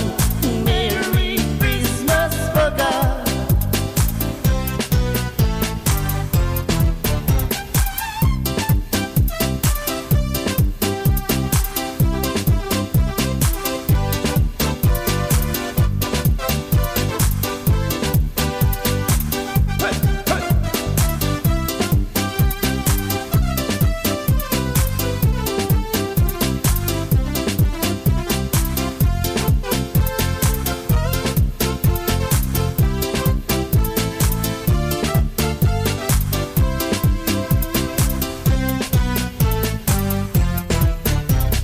Merry Christmas bugger.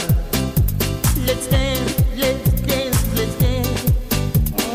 Everyone so happy. The earth is filled with goodness. What's the sweetheart kissing as they dance for me so tough? It's the sign to behold from the young and the old. Merry Christmas bugger. It's the sign to behold from the young and the old. Merry Christmas bugger.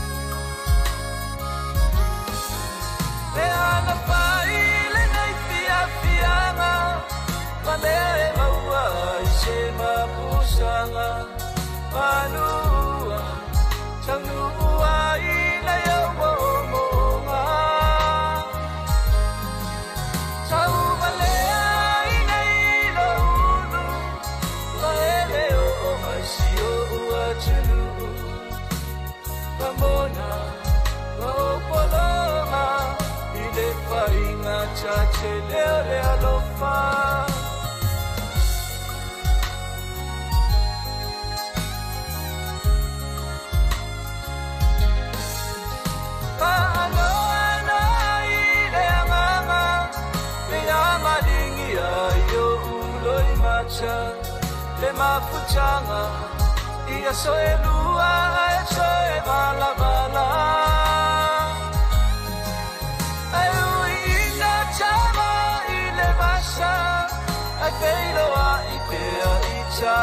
sanga Ramona Chachalo pea Ile atua Iso semea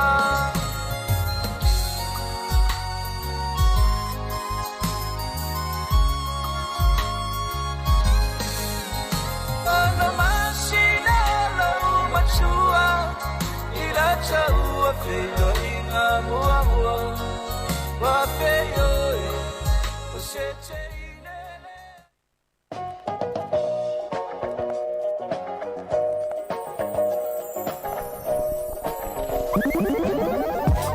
Watch it. She be giving you the fullest of body complain. Everybody looking up at the complain. I just wanna give it to you. Don't wanna listen to you. You be shy, so you don't know what you want, girl. You to me, girl, my everything. So beautiful, you know you gotta flop, girl. You to me, girl, my everything. I be right here waiting for you, man. Morena. I be right here waiting for you, girl. Yeah, girl, got me singing like. I'll be right here waiting for you, girl. Let's go. I would take the stars out of the sky for you.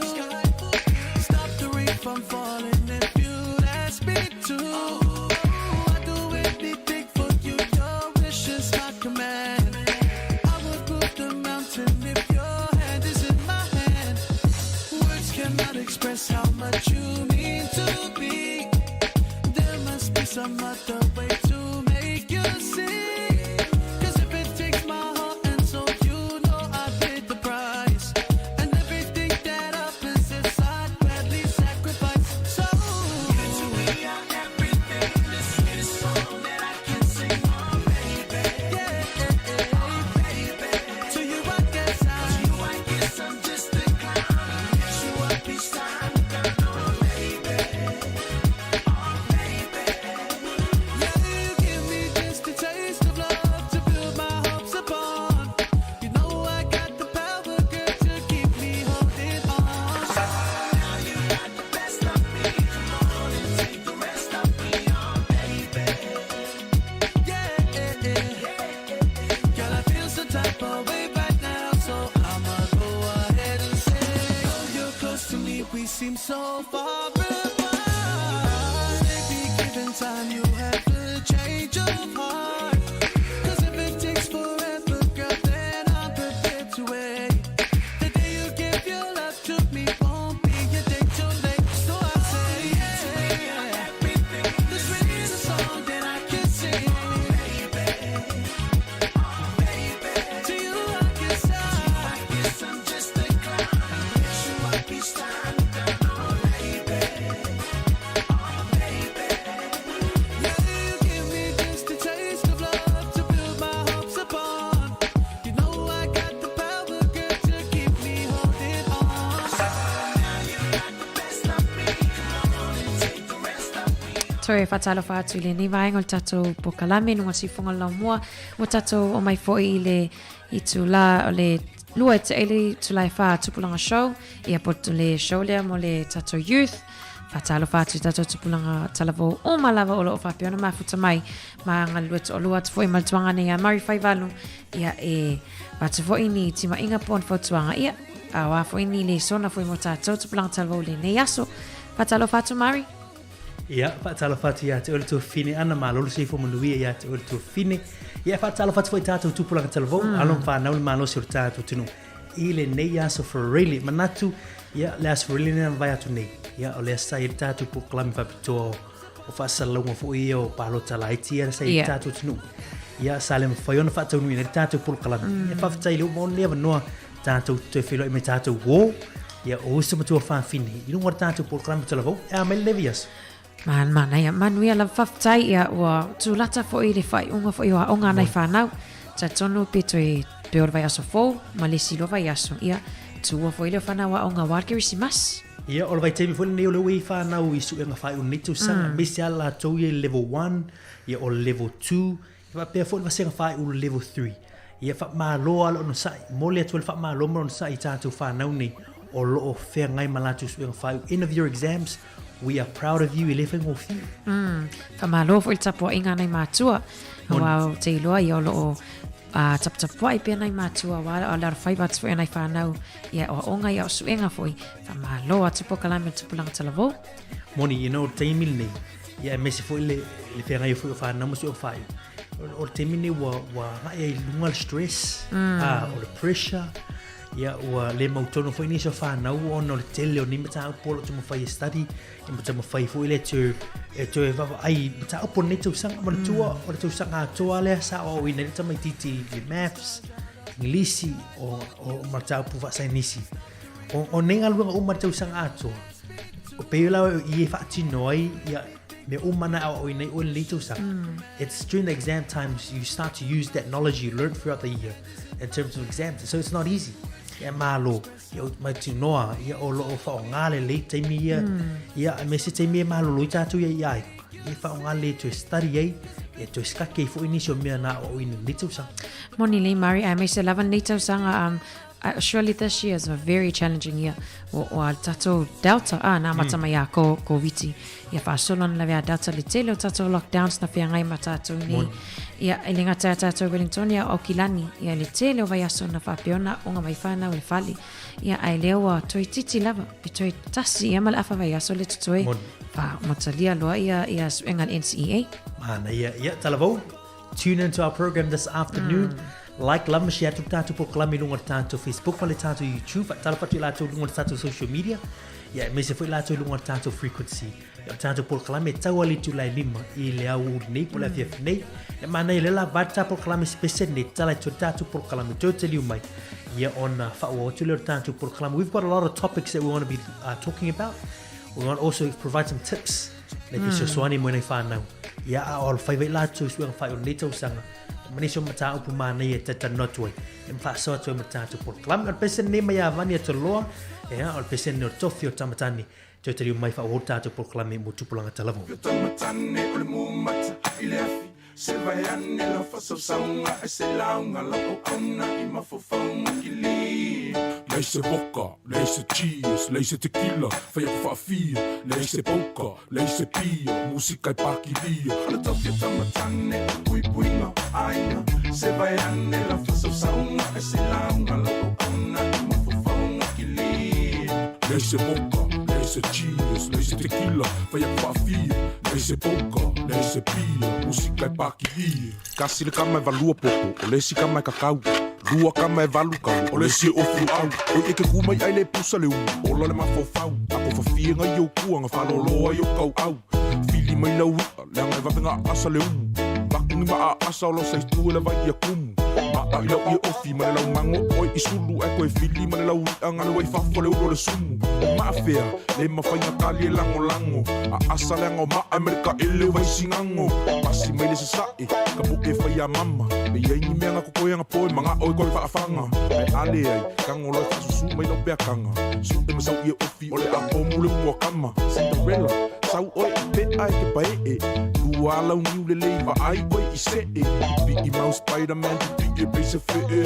Se si ai pa u, ai le umal kako pise me. Ole tamatane e mumata I le afi. Se vai ane la whasau saunga e se launga lau au auna e mafofaunga ki li.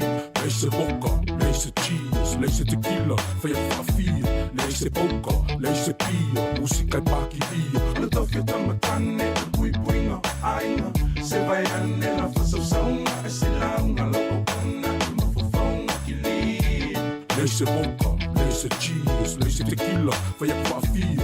Lei se poka, lei se pia, musika I paki lia. Vai mai mama, e mua mua le sua le whawhiangainga. So so oi le ma le sua, o le sa o le ngai ainga. Samoa, o me ngai whai ma masanginga. O lalafanga, e pele lo loko whalanginga. O le moanga I le ausi, e poko e inga whamai o le IVV. O le fuela velave, o le koko o le ngausia. O pua I le make ia, o le vau filifili nga o le akunga ki sila fia. Le so ngalo kia man, kakaunga e whaai keke. Peia so whai special units mai meleke. Ka apera songa fuai koko pusa apampang keke. Peia ke la vese mafui e me kai skeke. Kofi au ka u, o le pui puinga. U whawhinge mamakua, ia furo kau kua a esu ea. Shua ke mau le pukoi kua. Whai o le palapala, ma kwa I opa le mango sua. Ngo o fongo whakupii, wai lai kiki. Le Ka vi ia venga kalanga ko si fala li. Fai vo ka mali o le fekalai.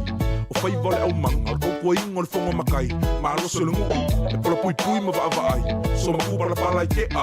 O wanga lo se ka kalo fa fukai.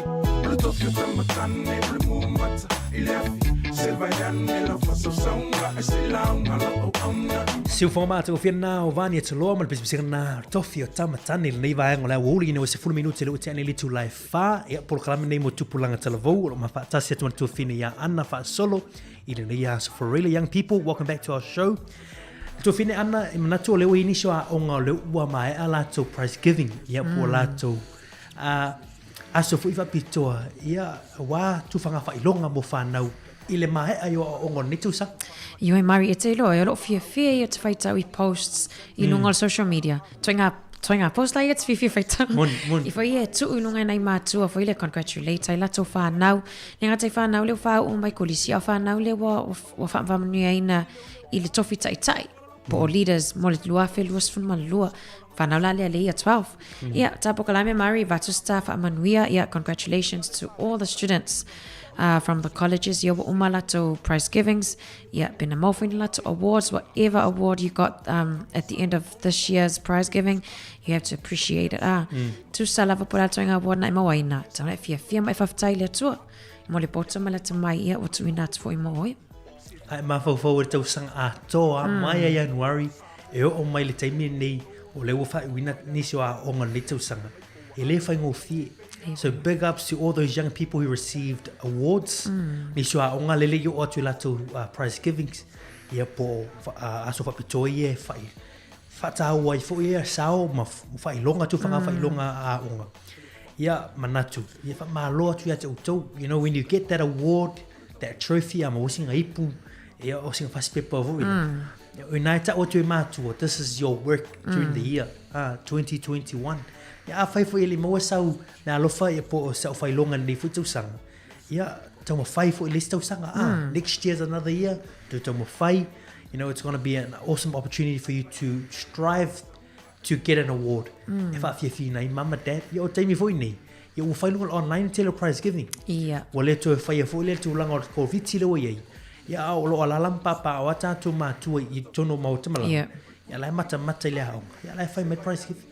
Malingi foi loi mata tina malta mamari vai taimi fa pene mita foi va ia tu lalo tama maltene tu planta vo lalo nunga stage mai lana fai longa ia le lona al e ngalo o matinga amtinga ina mama dad pe fa pe moni tsalingo fai ngo lunch o tu pe alui e fa tu pe la wa onga ia pe fa pe vai taimi fa pene la nga tongi.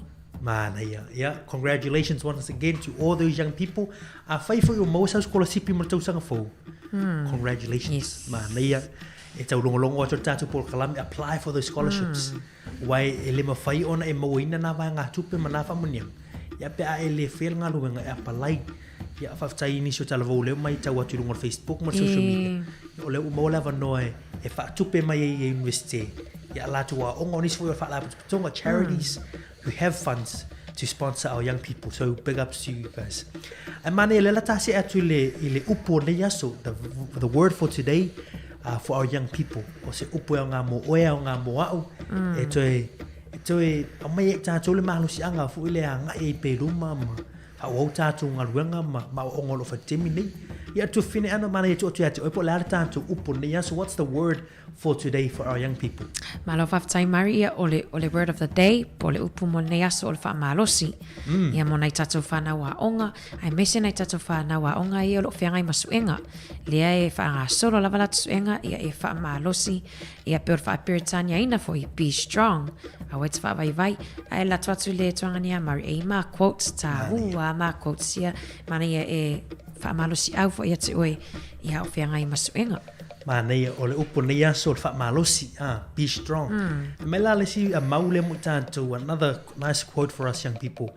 You don't get what you wish for, you get what you work for. Manei tele Manei. You don't get what you wish for, you get what you work for. E tele mo ina ia se me te mana o yai mai mo o yai e se foi le tuanga foi le o tangata le mana o se me mo o se me. Ya e se foi la tangata e nau ma mana o se me malu fai. Pe mai la le tātou quote nei aso le tala no mai e Daniel Milstein. But you don't get what you wish for, you get what you work for. Rono winga. Ai mana o se mea e tupu se fa ilonga, ai mana o pasi au suenga o mata o pola wa onga. Mani e le mana onga ma le mo onga e te mana o iau sia na vai. But you won't get it, e te le moina na mea. Ia pe ai le whaisinga ruenga if you don't work for it. So ta ai le mali upoile to ina malu matua ya so ya mai te le maua se me mas file mu a ele afu se tu lo le ngana ia te le maua le poto male ata mai le life so ta ai le mata mau mo le aso le sta mau le I mari fai mai keep going, everything will come to you at the perfect time. Keep going, everything will come to you at the perfect time. Fai mai ia awane e nofo pe awane I muta lau savalinga. Ia e fa awau pe e sa wale le taimia malona le lei. E tupu foi me le lei mo oe pe fa pe e te alu te le awane e foi le ani e tu uva pe le ai o feo. Fa pe su at lau suenga ai feo pe le o feo. Le ai o tata ono sai. Le la ata ona malaungat. Ono sai ia ma e tatalo le ali e tau no me le ia mau fa mo moenga mani o le maulu o mai mutatu fa nau fa malosi be strong o vai temi fol ni te le o me la pen o tano tu te mo sole lam tanga tatu pro plan vai temi ni so fa o le stress pressure te le mau tono fa nau te le me fa le mata o fa pu me fa le ainga me fai le kalisia o le tamo fai foi le fai suenga ia te le me ngai mai te le foi lu tau ngai mai tanto o savalingo lo tanto ia ai e fa malosi be strong, don't give up o te fiu ngo fi ia ai fi nau pe lo puna tau na mai o tanto fi nau persevere ia o le upu mona o tanto matu ia lo avel fa malosi fa nau ia matua ia o tu ala mo tatu matu o mo tatu ia fa malusi au encourage. So while young people are being strong, yeah, o tu ala mo tatu matu, I know you guys are doing it. Manatu all of or ngaluenga le tatu matu all of ai le tani ele o mapu ele o mutai foi fa malusi au ya lo fa now. Keep on encouraging them on to tatu tatano foi le mala il fa so mai nei ma fine ye to luasa fa yo fa tano to Eleanor Marianne Penn ya tulanga foi le awane ina o tala le lei po fa temi manu ye sfana a o foi temi foi le o le lei pe le o manu ye fo tamo fa alon fana ya woni fa mai fa na wa tu se upu foi le a pese to eva le atile peo puna se tu lo la valanga o le ngana tu sa mari wa ia tata fa pena ia mateli fa tono at ai mana ia vatu yo o tafa ia tina mata mate lo foi na ia o le to fa ia e tali ai foi ni fa tuanga fa na mali e foi le fa tuanga Marianne ma Eleanor Mari le sa fa mai ia matua i ono sai.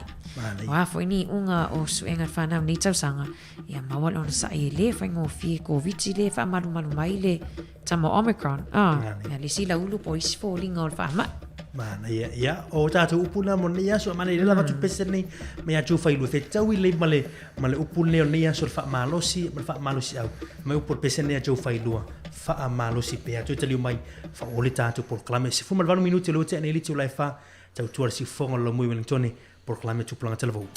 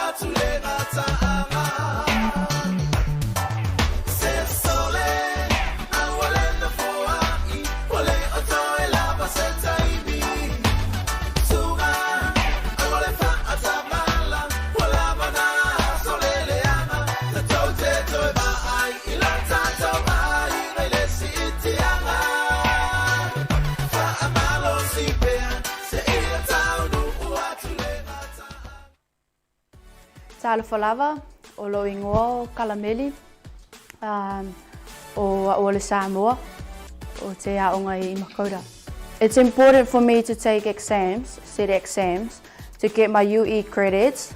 My advice for all the sisters and brothers out there, if you want to achieve your goals for your future and you want to support your family, you need to take exams and do your best. You don't have to listen or do what other people say. You have to do your own stuff for your own sake and your family.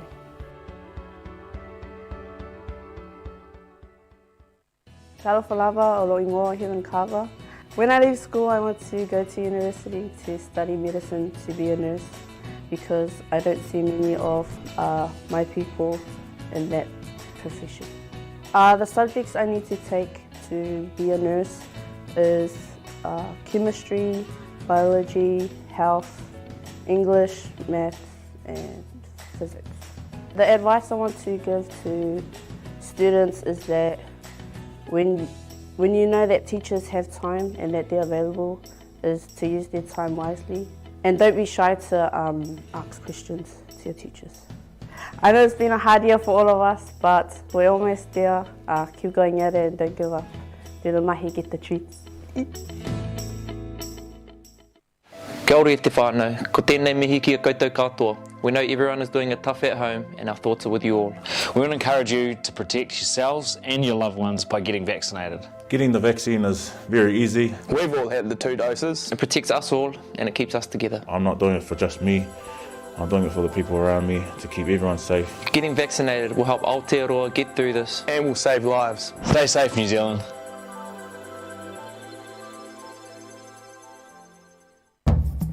Ia, te whatara whatur tāne te pokalami o tupulanga talavau nei a so whareile ni se whasi se langa nā mani o leo utu i nātu. Ia nei whiauna mai ni so whanau o tātu tunu. Ia o leo ua whaiala tu suanga whai o nitu sanga. But they were encouraging young people what to do. Mana ia le si a whisa soani mai nei a Kalameli. Ua te whaalongo fo mamuli tai fo istangata. E whaialau ia tāpenang. Ia uai e leo mai tangata nei. E suela suenga. E suela suenga. Ia o le si mana i o le fautuanga heaven. Me a mola van nor fia onga. Fesi inga po la so lua ia le suenga le verse 4. Ia a fio leva nor fia onga le so 4. Mani e tualo te tatanoi. Get some help, ask some questions before your exam on Tuesday. Pepena e sili lau fia onga, ask for help. Ia ai le yo o la so fai lau suenga. Mana ia te rira vaenga le wai sau no ai Mari. Wai tu atele o whaia onga te ro foi lewa te tala atu ia taimi o whaia onga i whana wa onga lea vasenga sulta sulu su tolu ina ima whai ona o atu e whisili. Se o lau tu e whisili muli muli ana le ro te pase lau suenga. Mana ia e tu e whisili e toa le lau tangata e tere i alu tonu potu e whai suenga. Malama e lea mea lea mea. Yeah, it's good to recap what it is that you're learning throughout the whole year. And mana i ta fasi silanga i fia wina tu temi neto fini ana. Mana ia we're going to give a plug in for our young people. Ia o le wha moe moe lea o le Pacifica Youth Vax Festival. Ia e whaia lea i Wellington for the eastern suburbs. So calling out all Pacifica youth aged 12 to 39 from the eastern suburbs. Ia no wingo tātou i tai Wellington. Any young people in Kilburnie, Neiltown, Karori, Miramar, if you live in the eastern suburbs, this is a call out to you young people aged 12 to 39. Next week, there will be a festival hosted at PIPC Newtown for those who need to get their first or second jab. There will be music, food, and heaps of freebies like Rebel Sports vouchers and Pack and Save vouchers, which will be really useful as we head into Christmas and the New Year's period. It's a safe, no judgment space, so come on down and make the most of the opportunity. Take the next step to setting up yourself up so that you can start the new year as best as possible. So no whanga whaiei wha moe lea PIPC Newtown.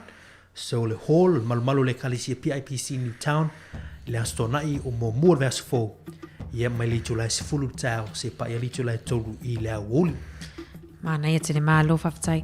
Mana ia le manoa lea te pulang tala vau. Ia na wai whawhunga mai I le whasisilangan whea tui Murray. A whapea te au mau Wellington. Ia po ai e lata tui tono Wellington. Mau aloa wanoa whailo tui pui pui mua mua. Po alo tui pui pui lona lua. Mana ia o loa tele ia wha moe moe po Vax Festivals I nei pui lua. o le o le lua e na fai nei Wellington nei Porirua ia ni fa mo le fai le hat la son tene ina fa mo le kale si katoliko e tele foi tala vo na tau la mo na fa mo la so tai au le fa mo lo na lua ia ma fa mo e kale si so fatasi ma tanga fa au nei Wellington so a fai le feso tu mai la ngai fa mo nei la so tau me le fulu tau si pa ele tu la lima tolu la woli nai le Palaris Trust House Seaview fafsa ai male Janko Rama mana fa mo tai au e mo ai male no fa lo tu na tolu ia po le booster vaccine foi le pe va pe wono masina talu no mai an fa lo tu lo na lua mana ia mo le no ia tatu e va tai au but for our young people in the eastern suburbs la Towie, Tai Wellington, and Miramar, Kilburnie, Karori, Newtown. If you live near those places, there's an opportunity for you next week at PIPC Newtown from 10 a.m. to 3 p.m. hosted by the PIPC Newtown Youth. Fasi silangan namo tanto ni ba ngole a woli. Ai le to fine ana mane le lata si e turismo ta puta wole e mane le lata tata no fa soi. E fa fongo fa tanto tunu. O le tula fono fole wa ye nei se swinga tula fono le Smoke Free Environments Amendment Bill. E por tula fono le lo pa si temini i le parliament. O tau sanga fole sa pa si le tulanga le o le tau sanga le mai. Yeah, tau sanga le mai lua filosofo. Na pa si le Smoke Free Environments Amendment Bill. I le fai taunga lon tolu. O le tula fono fola le o ye. A le ufa maluina. Le sana a matan fa maluina i le tula fono le mani le la tu fa manatu. E le tula fono fola smoking or vaping in a car with anyone under the age of 18 is now an offense. And the police will have the discretion to issue $50 fines on the spot or refer people to support services. Yeah, man tula fono fola. O le ula te patu lo fa fo marta tu no I te tono lo sa pu tono lo ta avali pe fa ngai na fo le vape le fa le ma sani na tata no tu proclame e le au nga mo ta tu plong telefon e le tu la fo no fo le a fa ia fa ngai na stangata a le ni fa na se fu mal valu tu sa ngai la ya a mo e leo ya e sala tupe ya pe refer fo e leo e se service fo le mfa se soni ati ati Mana ia tere mari vaenga lea wali satala no ai foi tata o fai pokalami ai le foi la sa wai lalo. The latest move requiring any car moving or stationary carrying people under the age of 18 to be smoke-free is now a law. Le wafatu la fonoina in a bid to limit children's exposure to second-hand smoke. Wafo ya, le masanyo ta fa longo foi soifo maloloina. E feo lolo atu le a fio tangata le ulaula na ilo tangata le mana vaina le tapa. Le smoke o tapa. Ia, mai mo toina lima sfutala. Mana e foi longo toi foi tupulanga tala vo wa. O lo te vai to te lo tupulanga tala vo fa ngale vape. Me ana pisi peni nei. Ja, salia. Mai maula lima sfuta la pe pe te ula la ina yo te lai ti tono ta avali. Mana ia. Ol mali o le tula hono le. O sta avali o la nga moving. O stationary. Tu sape la te no fono ka paka o ile pol paka la a lai is fa na tono is fumal va tu sa nga ila. Isala o sala tupi Ya lo tu ya tu lima sfuta la le a matai. Au ina ilo uma tu sanga foua. O se lau pe se lau lima sfu. Il ne ala me o ula o fa ngai no vape ya tu la mo ta tu ye fa fo mai ya o tu la fo fo ma lo ni sila lo ye temini a fa mo i fo oi o lo e ula fa ngai la vape ala I fa na la ti tono ta vale sala o sala tu o tu fia ile tu la fo no ni ya ngai o le tu mo fai o le target le ma lo le smoke free 2025 yo o tu sanga wa filo sulima wo fai ti tia fa ngai no lo o le tapa smoking o le vaping e tono la tunu ni I bet what au le ula tawai la le center what au le ula foi le se tu lo le tapa au tele le vaping e tu sala pole tapa pole vape ia e te sala la vali masfuta la pe fa pe ma what oi o no e fa pe fa ngai na ia sikaliti ia I no fa la tele au ia fa na laiti mana ia mana la tasi atu le vaping al to fini an ona man to fo le tata no na to fo le fa lo mal tata to I'm sure parents who are listening and even the young people na mo wata to proclaim le sa fa pe e se a onga in nei Wellington O lai wa vai atu tangata pe o lai pusa mai se afi tono se. Fa pe wa mu. Ia fale le ta o to low the toilets, the restrooms. Ia vili lo fui mu. O atu matanga lo te nei mu. E ai atu mau atu. Ele se fu ele se afi po se o se mu se sau tono le o fale nei. Ia me o tamiti lai ti ta i. Fulu lua tausa. Lalo i ful fulu lua tausa. Lalo i ful fulu lua tausa. A lai fa ngala vei pa. Fa ngala vei pa. Ia on me lau ti atai. Pe o se tala vu e pe tasu to e mai. Ai o le me mali. O le mau e tono la o la o ngai lo skolisi o le primary school.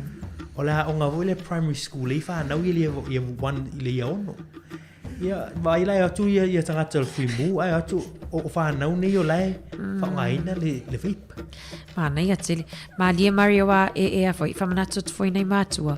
Wa e fai la fai na fa na witi mat planta al vona ita tomatua. Fa fonga mai nunga frequency. Fa manatu o le vaping ele o se se pe al penny o ese ma si kai li pe highlighter. Nei te iwa fa pe asilo matua ia lai o penny uma mele tona le atu. Ia ole masini fola le fa ai. Au foi nei ia fai na fina ngalo fa na le fa no mai. Ile tatu wala no ia ele molo soi fo malo no ina.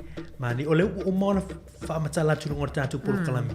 Ia mesi lava te mili tu te mili ole aso mana tu te lo fa na ole o ngor te mili.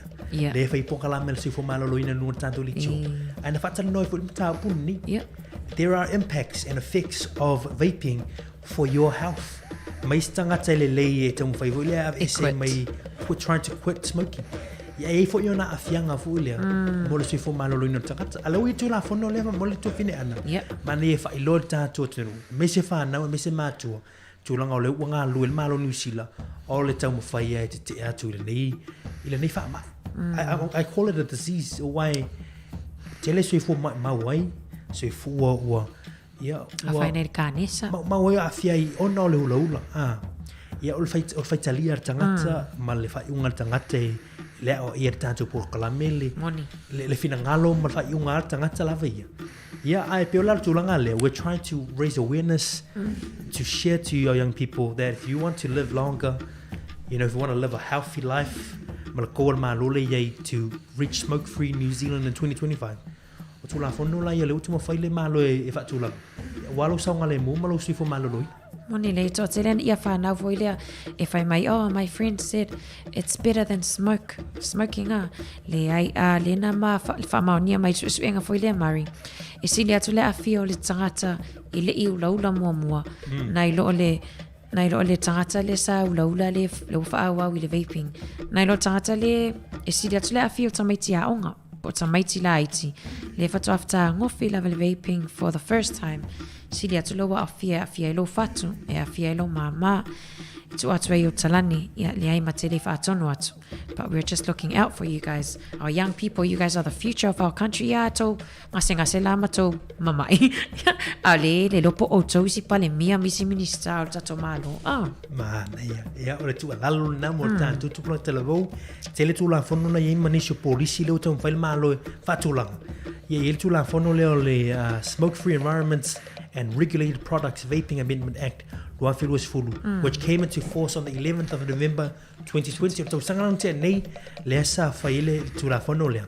A le wa yele tu langa foile I se fa unga fo ma lo tu fai e limit sai tamiti or mesai e fa yana tu fa tamiti ti vo ile fa tau fa tau fa lo roa ya pe fa wa ile tapula le tau sanga al age ya lo ile tau sanga fo lo ye or suman van Sful van wanga ilunga. Ya tu sa pe sful man van wa pu tau.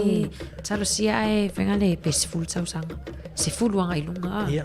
O te loa o tamaitile vai tamaitile na mawale aonga le sful lua sful tasi.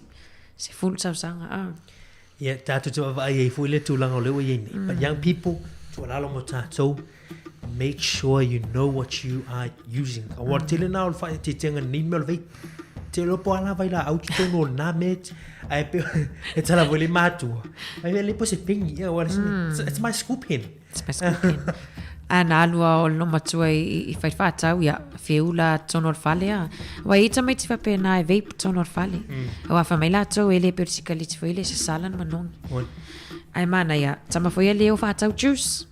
Yeah. Ai fa sa mari lang ai foi au lai ti e aron mele. E fa ngale fa yo fa tau le juice nei te fa pesino matua le fa fonga mai ia le juice foi ali leo. Au le juice fa ngai le vape. Ma toi fa le ai matere o te atu ia ai o le fa tuanga si fonga la mo tu o nei loa. Tu o nei loa. Fa tau lo soi fo malo. Ia talavou ia o le vanga na luta no tu te mini. Ia tu la fo le. Ia se fernali masutala. Ta uli masutala e. Fatao. Ia le me le lunch. Tongi le pidio le moli. Pidio moli. Ale la nei e tongi ona le mo atu o na te ula pe fa ngale ve. Ana I fa na ula iti. Tu mo fele malu. E vai ni awala e tu mo fai ti ai. Ia te fa ngai ne tatu tangata ni me mana tua o le malauti po le na vatau le malu le tu mo fai. Yo o atu tau sanga lua filu sma lima wa smoke free New Zealand. Moni. Ia ata ai nei tulanga lo I pele nei tulanga te mini. Ia si I runga no marathon. E o te lua filu lima ile I.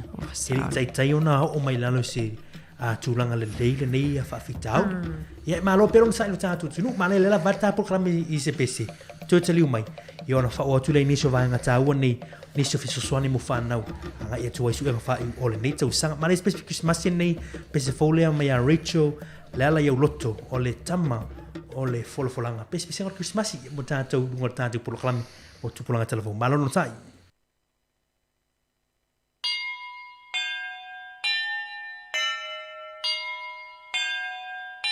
Tell my little more, il falesa, le kiri simbasi, waulia, uafanau, moitato le tamba, na te faola, il lalo, rani uma, I pete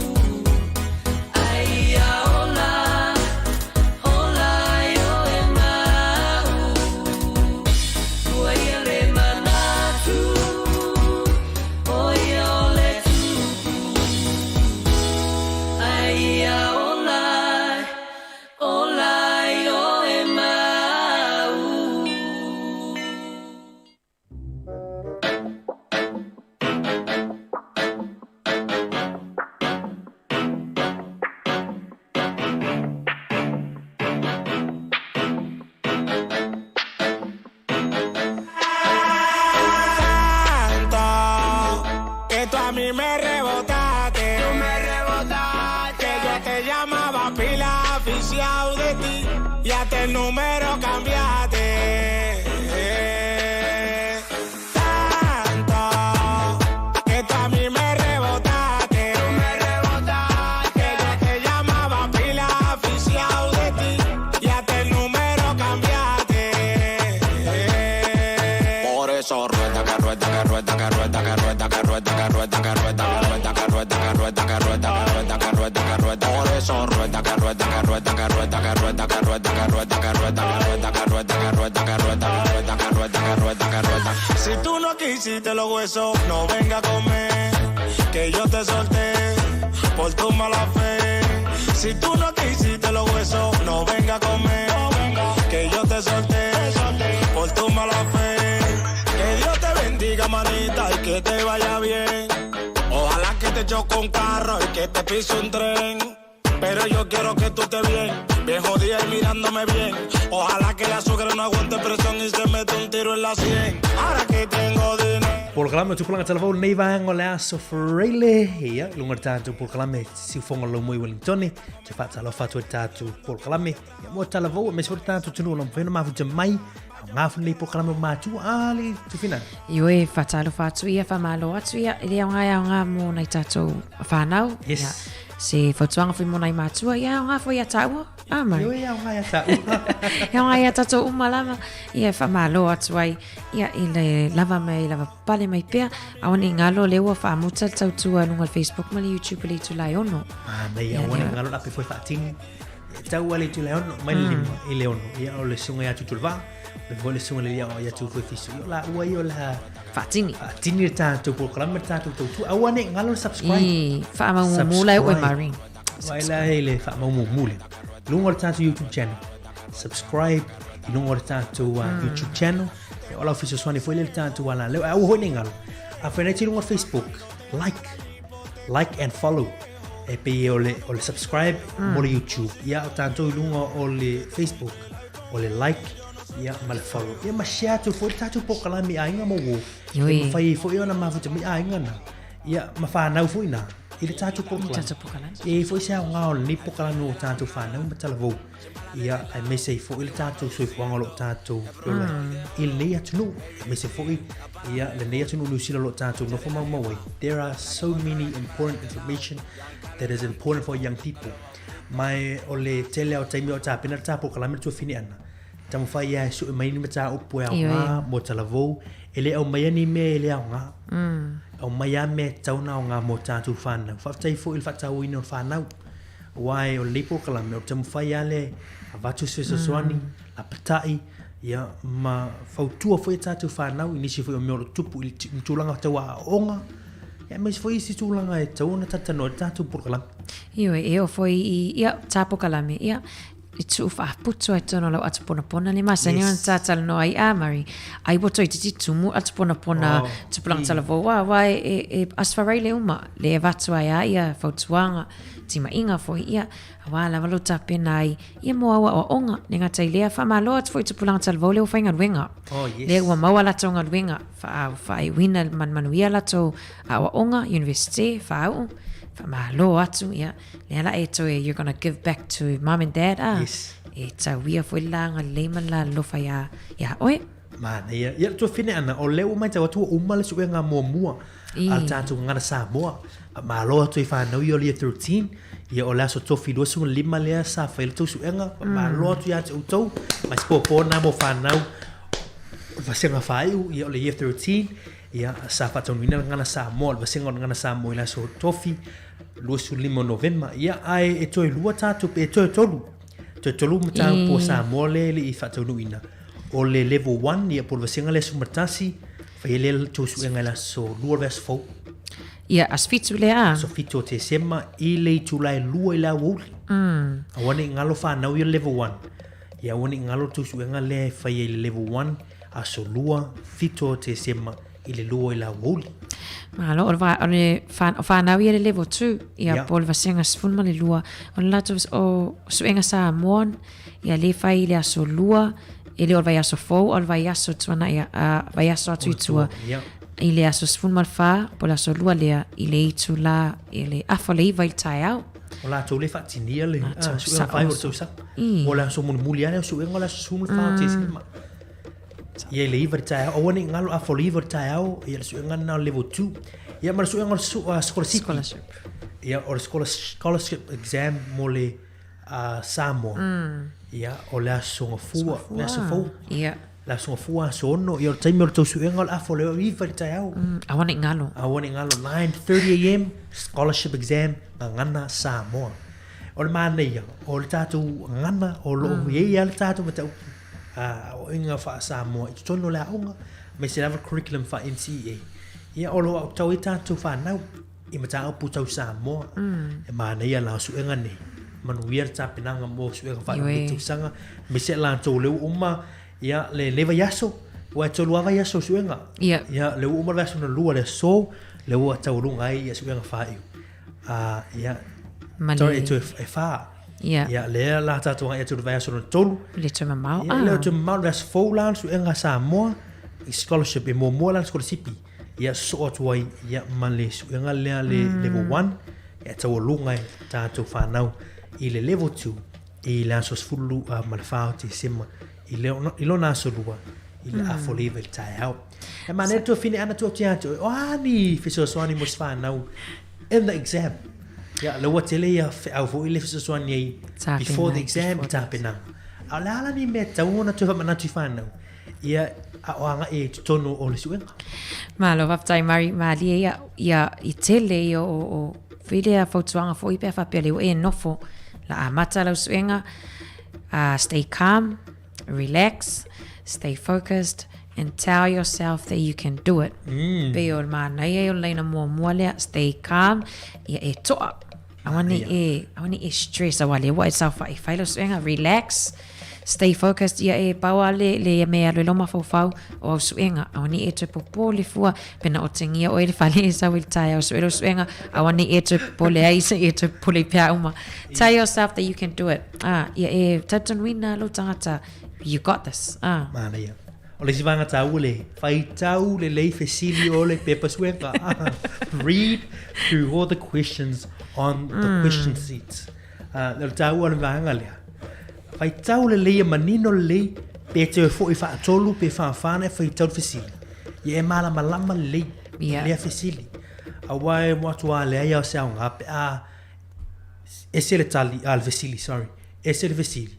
Ai sa le tali mo tua se al meleta ya.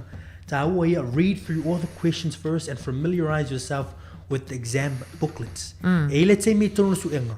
E tu mai fai nga il tangata le vai su. Ya e te su e fo ile su e uma te vai uma le o pepo le o suenga fai tau le fai tau manino fai tau malama per fai tau tu spai se lo fai mai ya fai tau manino fai tau le tele fai tau awala fai tau le tau tala le wa fa sai tu suenga fai tau manino fai tau malama ai pe si meti lo malama make sure you know what you're answering in the exam. Mana ia fai mai foi a fa pe se booklets foi le po si extra lau pepa foi le fai tu se au tali e fai mai la ia e fai tau mua fesiri fa aluana e fai tau facilitas e familiarize yourself ile ia e fa masani o fesili e fai mai I want to try not to spend too long on each question I want to stuck ia facilitas ia e fai mai ia alwe e tali mo fesiri fai ngo fie awai ia te fa nai fa pena e fai tani mo la fsi fai ngo fi manula te mana tua tali e toi foi me la ia tali ia fsi te viro e fa fai tai te oi mana ia ole si vanga ta ole use the planning pages e ei mi vanga ole pepa suenga e tu mai leva no fai na le fai neu planning fai ei ni ama tanga tu sei a fa le te la tu sei mo suenga ta ha wa le fai tau meu fai la recap fai la revision la man te man tu tat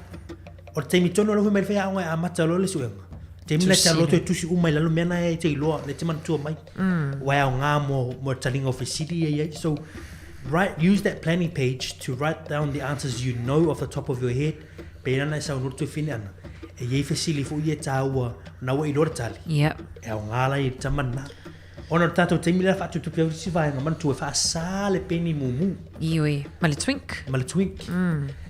E wai salai o pe tu le fo e fa fo mo potu o suenga.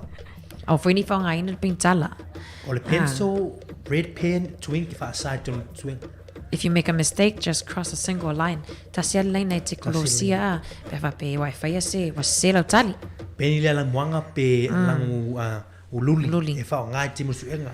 Au se upur fa nga ina le peni lanu mumu e pol pentala foi. E wa tamai fa ina ka ko erase fa nga tinga to tinga. E fa sala tu la fo nu sila. E fa sa fa nga twink lo le tu wala uta mo fai vole cover se. Cover se ya. Ol ma fo ngol menna ya awani to mo fai o system vole mo mo suenga. Na fai to mai o ma to mai lava no to fai lo suenga. Ya. Le mena to mai pe pa ta ngora ia to ti tinga ese menna to tari na lo fai. Le o le na sa wala ta. Tali. Ai sa. Ala u ta no ese to suile tali o fisili ia pe nai e fai ti ai ia le masa salo foi o tangata ia fai suenga. Ya ita to si vanga to fine ana tu langa fu yo officer soni mo fan na timo twin. Mal vanga mo muli lo always try and proofread your answers. Ya toi fai tau mo toi fai tau o tali po sao. Ya wai lo sao. Ya ta puni lo la pepa ni te ya wai tau toi su wai va pena. Toi su ya to la tali mo muli. Ala sa ala tali mo. Ya nai tips na and tricks for our youth le fa no longo mai nei pokalame. Ia manuia lava tau alo toi tu suenga ile songa fua ia malvai aso asau. Na ia asa langi le tama le mai lua pe telo lungo tanto por kala mi lungo le Facebook fe mai fa mua le talo ai le amata la suenga. Moni. Mana ia fa tuang. Ia wani ngalo te talo ai tele ia lu tono potu e fa ile suenga. Ia fa ia sau te talo ia. Wani e mai te talo va pe la titino mai stanga mai ti. Fai fo isa wo fo ile le.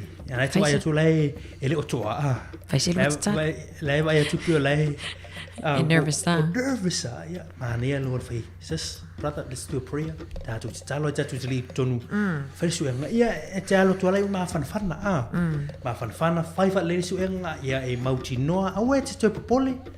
Me fa tu ia ola mo fai so so ne tu le tu ya. Oi ele so ne tu le tu la tu le tu e ul peni ma tu sitali ai so ne tu e fa na tu atu mena e tinga ai nei le te lo tin e te study e te su e te fai tau ia mai fe sili le fo fa ya ia o va no ni e loai ia lauta ma fai ngai te sanga fa manu ia le tu e tu su fa ni te sanga la tu ia la ia tu le aso fo mai la so fo la for really ia tu ta no la fo ia ai le va te fo ni fi so soni mo la tu yo la fatinia su fa ni tu sanga ia ma lo la no sai we are proud of you keep going you're nearly finished ele yo il tau nunga ia ai e o il tau nunga ia e fa mo nia ngai muli mai sili tatu time ia tu fine ana ia awone ngalo tatu tu ingale fela so tao tala vo fulu le tu lai tolu ai tu wai o long in malo si en maftanga for out tonu o Wellington nei so we'll see you there tomorrow so tatu yai we'll see you there tatu felo ile so tao felo tu mo por lu ia por kalame ole ape foi fa tim yo le la so my name tatu por kalame mo nei weekend stay safe lunga la waltele ia awol malo vale tu lo fa mo tatu tunu tele la tauta vale ia va ia tu o fa now it's us young people malo mari fa to fat for nei tatu pa anga ma tu o ma futa mai lunga tatu frequency fa tai la no ma futa mai por kalame si fonga la mo mai la vele songa fua e fa ma lo futa tu pe i se le o le longa ma li la fa fonga anga ia ai ma tu te allo fa tele la mo to fa mania le tu ti tem fa va tatu longa le YouTube mal Facebook ma futa mai pe la fa fa tini lima le tu la ono fa tai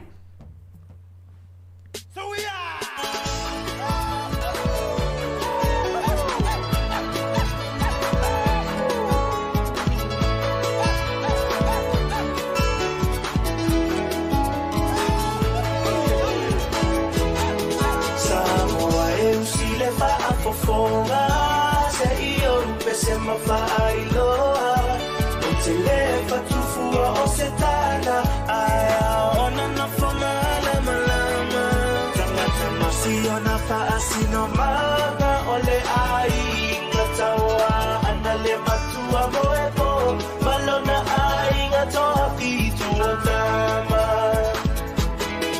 afio mai la ia o papa Ainga o tupu ainga o papa Ainga o tapaipa Ala mai la ia I matau Ae sila mawhaatatau Ia ui mai ia mawhaingata Awhionga e mamala Ainga tawana Se e maia Ae whaatapatapa O leo fia O lau tamalena Lau I tapaipa I amapana wailoa Ai Samoa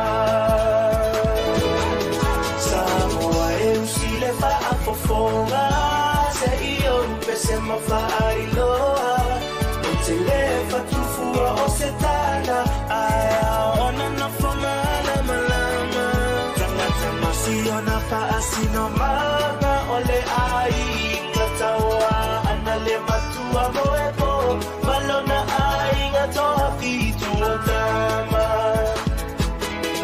Apio mai la ia o ngā whaia Ua so o tino so o papa Ainga o tupu ainga o papa Ainga o tapaipa Ala mai la ia I matau Ae sila mawhaatatau Ia ui mai ia mawhaingata Awhionga e mamala Ainga tawana Se e maia Ae whaatapatau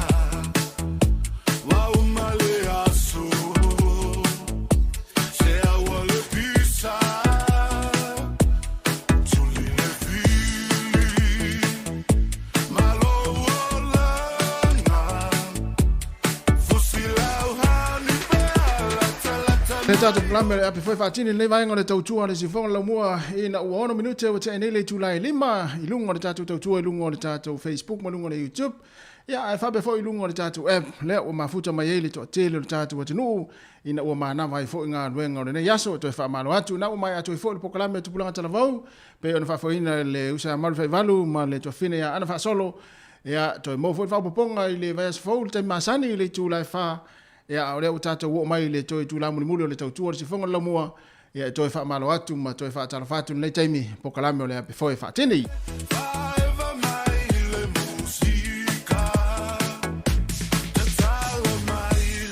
na wa telefoni na mana manga luenga le atunu ya mai se foi ya onga na fa nau le taimi ma le foi yaso ya mai se foi le yaso ilona so fa rail nei ya toi fa malo atu ila foi ya ila to sanga lulu le yaso ya mai se foi na fa na wa onga esa leita yo le fa ingo le yaso ele mana o mia la foi leita tato ya a o tato ya foi le fa ingo le yaso ina o mana mai foi ngalo ma foi ona ita le si tem fa pene le fiafi ona o tau no mai le tangata le sa fa ngalo nga ya ese ali tonu no fa ina le la ta yao ese foi le tonu le na lu o le na lu fa ngale ka ma tongi pili le yaso Walua le tausia lua tonu na faina le lanta yao ia ole pile tongi male pile tongi ia auto esuia lo mafa fa lo watu le fa tau mal tau lang fa tau wa fe emo ai mai ia teu ngol Christmas ia ona suia ile lo mafa fa le yaso ia ma fa ile fa tau ia moli emo ia ai tau nu mai lo male sa fa nga luenga fisili atu na tongi pili le ana leila ia sa uma lautali fai mai ole na fa tau ia nei moli tau ngofie ia o te watu ile falo saina ia leu tau ngofie ia te wali tatu falo Christmas mele ia malia ia ole tamar ainga ia ole se fa te mai ia nei moli ia manu tau ngofie ia ai se tongi le vaso le pili ia ma fuanga na le ona le fie tata le sa fa ngal wenga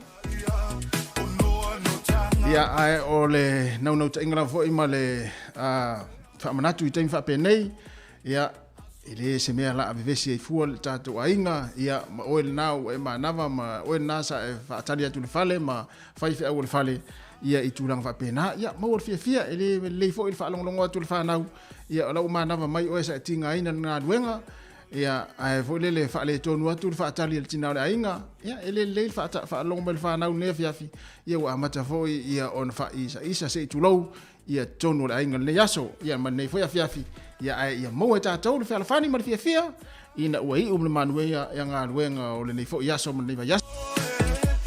Ia e mo o tau leo lo o nga ia tu ngā ruenga wa amata fo i tau ngā ruenga ma futa mai runga le tautua le nei taimi. Wha ma lo lava le o na sa i whiau ma ngā ruenga ia a o amata i fo i tau ngā ruenga i le nei fiafi ia po le isi whaupunga o tau o le au si thipo.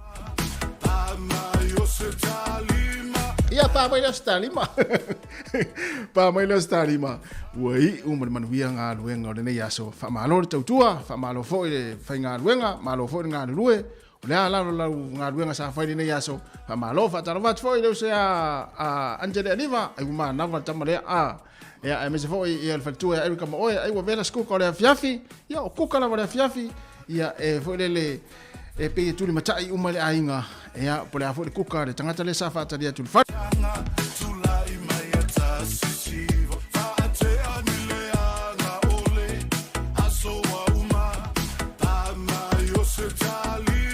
Vai, ia na o por pese fa te ale anga le yaso ia e pa me sta rima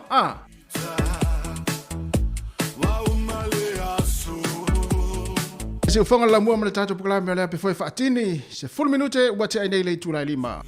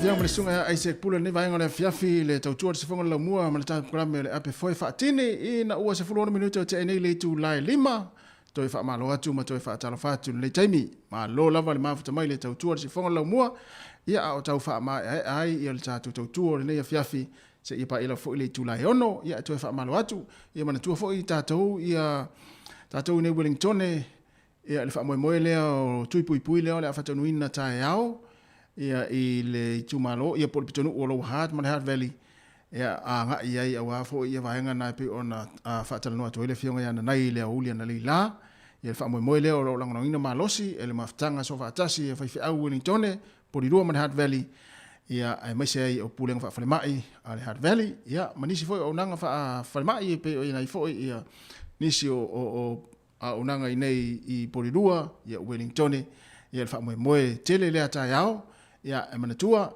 a fa pe ona e sa misi ati o fa tanuanga ana lila ma fa ma mai le fionga ia nai o le tulanga pe ona la fa nga solo ai le fa mo ta yao ia nai o a ia fo ile o nanga na e mafai ai ona e anga ai ia o ia fo ile au vaenga e so swani ile tau mafainga o lau pasi fo ile le fa tanga nai o ona e alu felwai ia pe fa pe ona e te fa alu fa sasi po ele o lava fo ile malam lama ia i le talo sanga ina po le apalaina o le vaenga na ia e winga ia tātou pasi na ia lea wa whanga solo le taimi nei ia whapea ona e le i whai lau pasi ia o le aiei o nanga whapea nai o le whamoemoe lea tai au ia o le iei fo i ma le tautua le sifonga lau mua o le whasala lau sa o mai fo i nisi o le whamoemoe tai au ia ole ai fo tato fainga ruenga ole anga lue mai o i Hat Valley ma low hat ia halu i le pete o mo mai lo wata tai au ia i tato to tuole na ile so tai au ia ole ai fo i ma le tau tuole si fonga la mua le fainga ruenga fa lau fa saluina tu sa o mai ole fa mo na Hat Valley ia ha nga mo ainga ma fa nau ave fa nau fa ta fa wai wai ia na fo i mo wai fo i ma fale ainga ia ma vaenga fa penal ta maftanga ia ma ta fa hoi ta mai ia ma futa i fo i ma o tou e pete wolu felo ai mala wo fo le wale va te wole to mafuta i ol fa mo le ta yao ia le lo ametu e pete wa watu o la wo fo le na lua o ngale lua sfulu tor sfulu sanga watu na le pete wolu fo tawi ta yao e po le masane le yo antele aliva ia ai mo la to fo ie ona le fa malo sia le fa adio lau o lau pasi le o uma na fai ia ai len fa menino fo le fionga yana nai ia mo ila to fo ie ona le ala ia securities ta ia o le fai toa ia fai la fo ona el watu ia ma fai lo securities o e te alu fai lo tu i mua ia ona fai le on tala o ona e ali tonu ia mo ila to mo fo le o uma fai tu ia e mana o mia le fa ali o lau pasi le na ia securities ia ona fa tanga vole ona ia le tonu ia le fa mo na ia ona o le pui ngala fo ia le saunga le mu ma le o le lautele o ila to le fa tasi ta ia le maftang ia le tui pui na le fa tanu ina oi ia le tanu Hat Valley ma lo hat ila so ta ia e manatua pe ia ona va fo istala fo le e tu alalo tu ai mo ila to fo ia le ai o lo fa au li to pe fina ngalo le man na fa ila to tui ia mai te e tui pui ia yo to fina ngalo mali afa pea o lo fina ngalo na ma lo ilon ma lo faitalia na ia o lo wa ia tawele fai no fai so tui ai na fa na tu ona ye le na ye fa mo le sa fai le pitonu le o naki le no tal no tu ile uli le sa fa tau ni fa mo stasi o pulen fa fa mai ia ai o so fa i fo ye le au va nga ye le man na fai tui te e tui ia me foi le na tu ala lo tu ia ta tu te wa tu pus va fa pe ta ia ia si dia lo ala lo fo le lo no fo le lo mo ta ma lo la wa te mai mo ai ma ene no fo ia wa te alu foi o te fai la u te o ile fa mo le ta ia wa e se ta ronaki e ta ronaki ta le intanga Pacific Samoa ia ai o ila fa mo le ta ia le a to telefo ia Pacific Samoa le ai fa mo na i te wa la tu o fa ali lo malosi o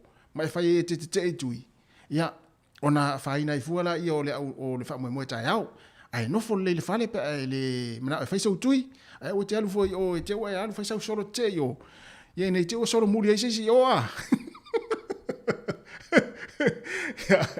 le ai mo pe tatou le fia mane no fel fani ia ula foi na ese tatou manatu vaenga ia ai e tupu ha wa mo tino e tupu me fa pena ia pe ava pe wa volele wa mana wa o te alu te felo te ia ora te o i mele ye mea ta pacific sa mo ia ai te fo ro fa dia le lo fu o so te o ia ona fa ina fo le fa mo ta yao ai le wo lus fu tasi minute ia ona ta le o le lima ia le la ta tu pesele ia ona avatu lo fo le o fa mnyanga o aso so ifua a o fa mnyanga o fa iponga ila to le fa ipo ta yao ia pe ama hai tatu pesele ia mai si o tatu atu no le o fiti ia wa ina fiti o lo fa longo me le taimi ia ma lo na si mai ia ele tatu tu le foi fatini si fongo le mo Wellington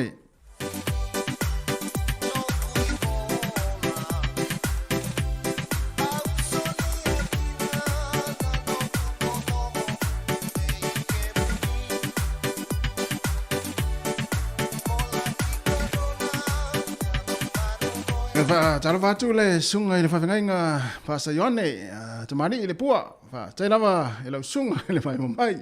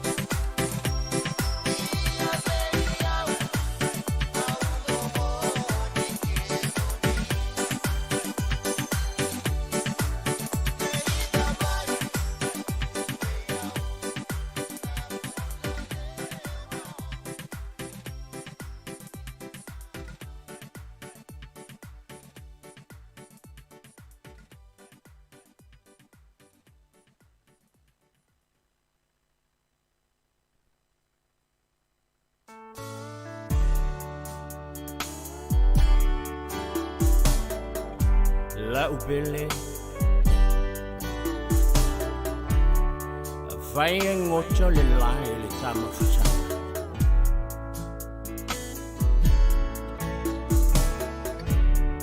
Oje jojo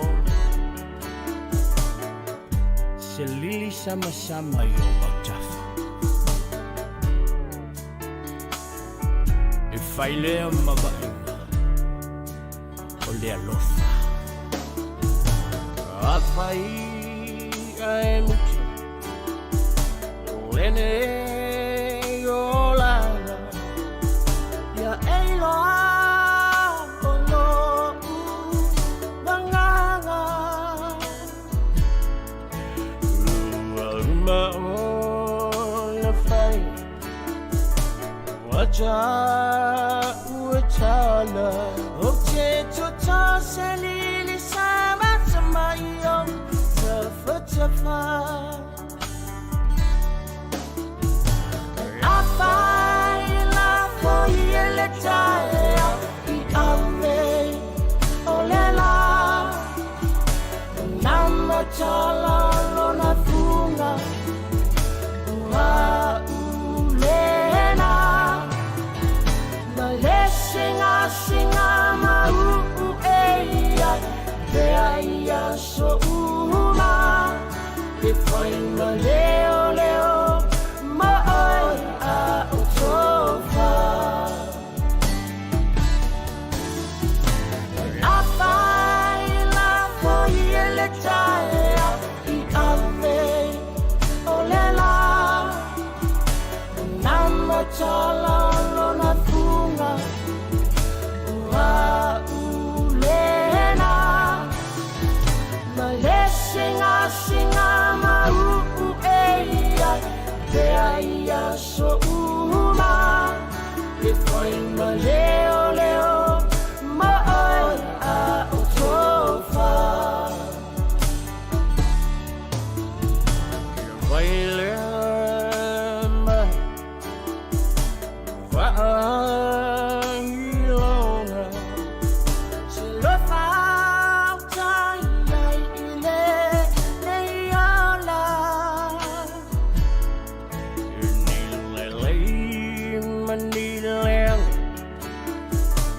Chama fuchanga Awa ele toy talano ile pala pala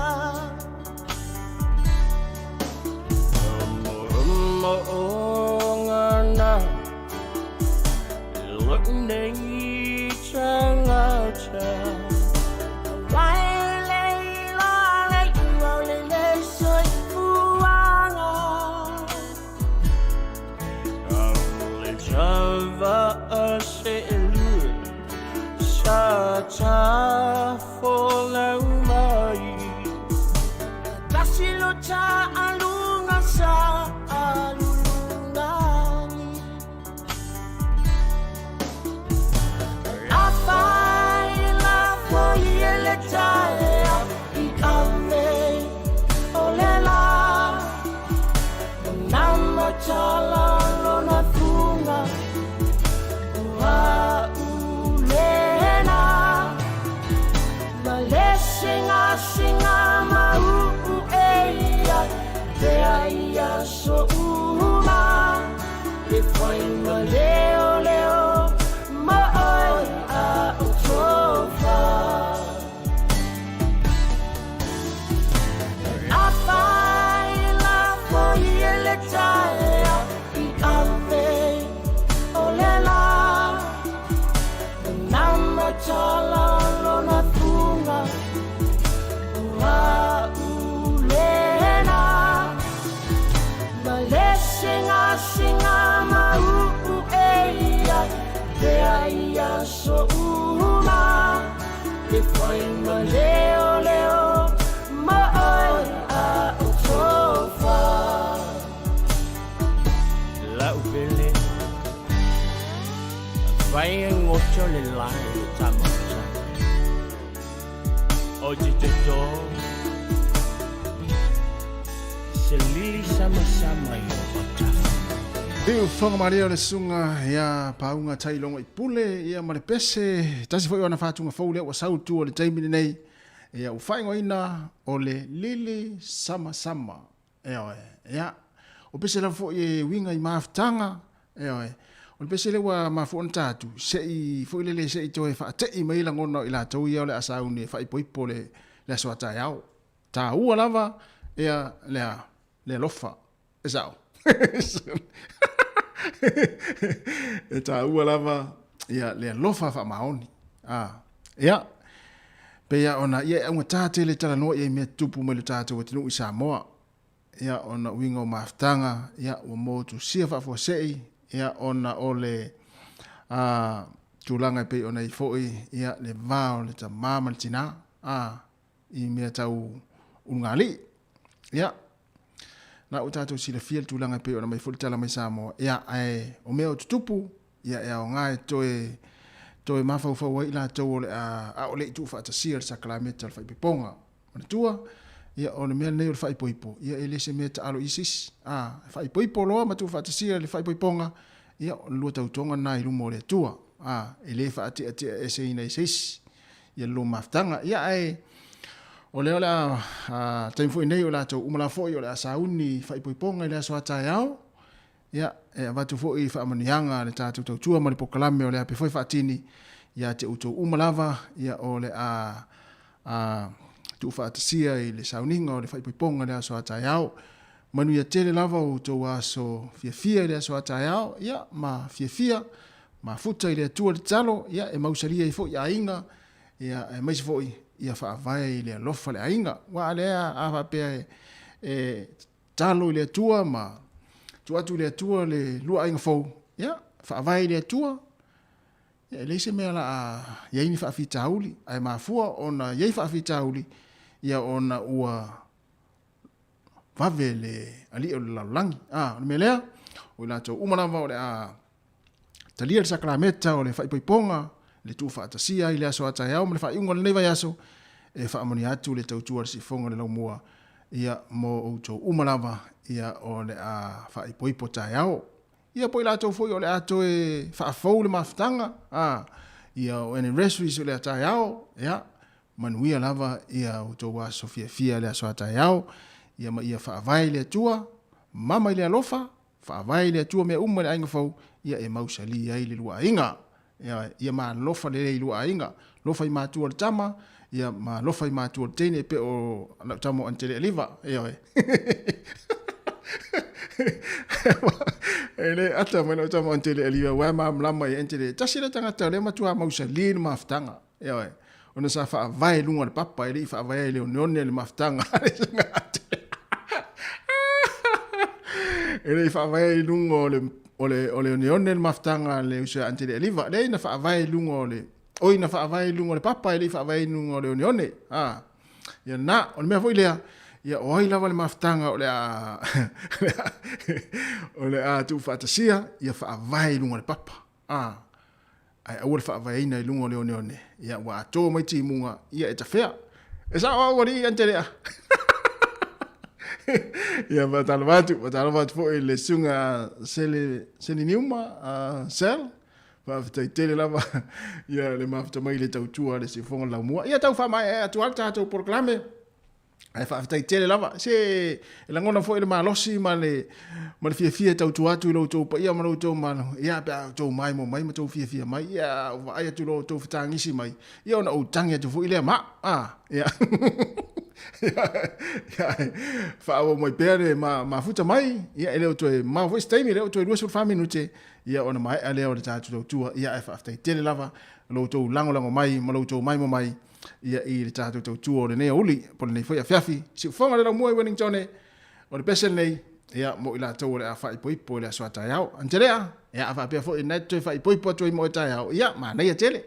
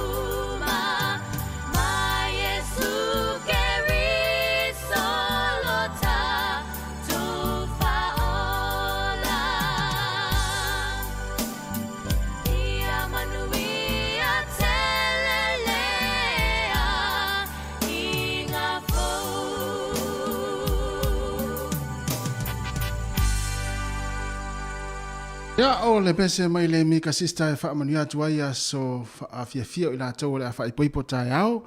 Ia po i la tau fo i o le ato e whaafau le maftanga. Ia mai la tau fo i o anniversary si le aso a tai au. Ia manuia lava ia whaamoe le aso a tai au. Ia fia ainga uma, ia ainga na lua. Ia e pitusili ai ma ia le whaamoe ia o le a fia fo i ia le urungari fau. Ma lo lava ia le mafuta mai le nei tau tua. Ia patalo pat fo ile sunga fato ia tau papa ma lola ma lola ma ia sa ia ma be foi feti se malo feti funga ia pe foi ile sunga a mena yulio fa tele lava pe fa fa amli ina fo ila uto mai ia ile tau tua de fonga la mo ia peseralia o la tula le la fa poi potai au ia le la to washi pesera le la ta tu pesera to te washi ai o maron fa to washi ia al watu mal to si fa sa mo eso so tu ale luan na ia tu lo lunga ta to le la fa poi potai au ia e washi mal ta tu pesera e washi ai au fa nga upur pesi le sunga pesa il maleota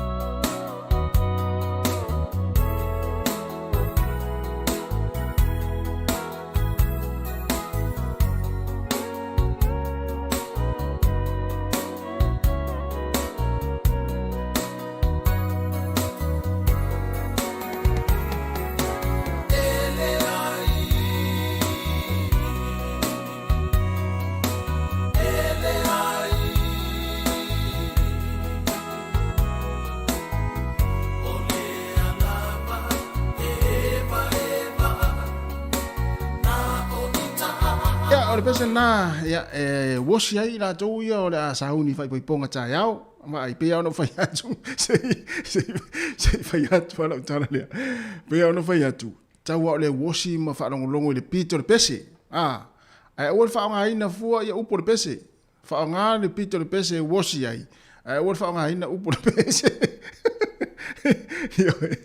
ma le se mela e wosi ai ma fai ai o ele fai so wa inga ale te fai poi pota yao ni ai ele fe tau la me le ilo le ale li tamale o antele riva wa tasi le tanga te tinga na fai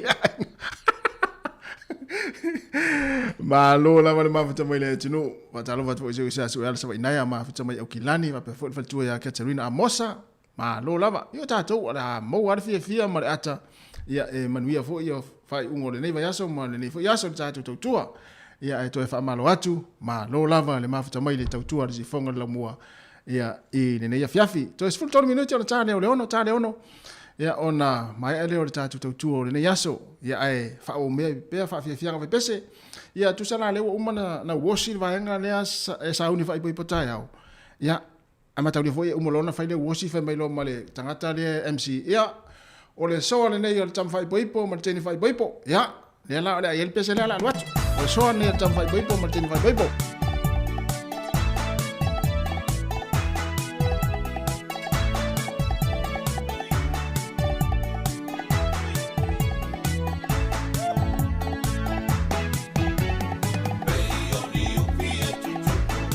Yo.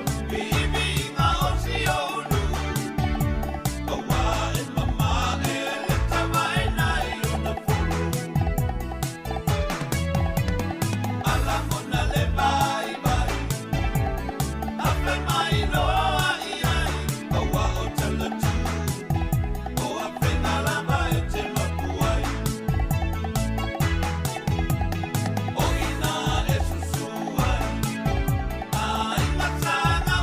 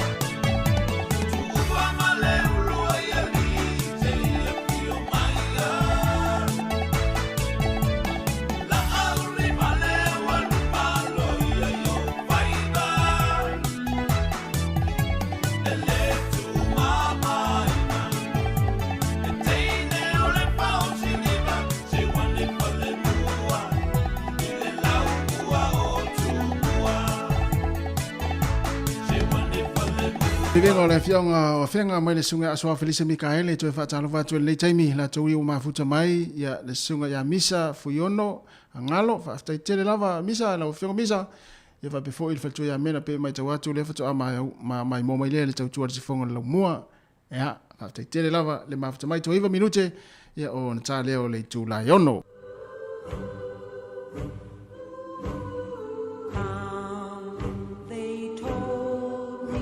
Le Pony M.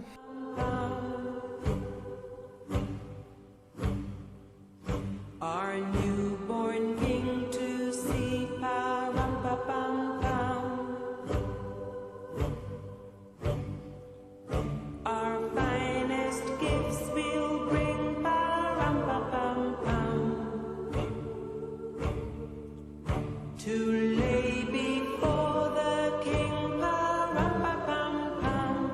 Rum-pa-pam-pam, rum-pa-pam-pam.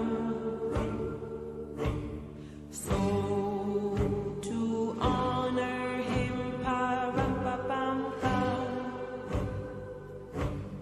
when we come.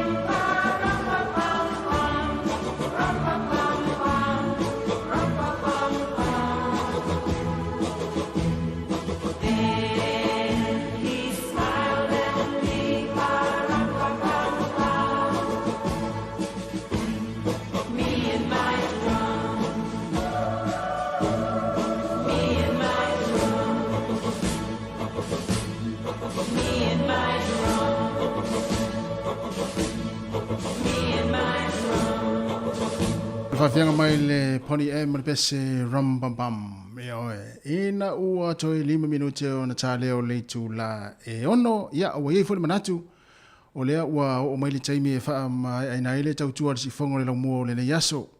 Ia o le mele mo le toi le wha awhatai tele lava i le pa ia mani malo le tātou atinuu. I la tau fwoi o lo mafuta mai lunga le tātou Facebook, mai lunga le tātou YouTube, le taimi o le afiafi.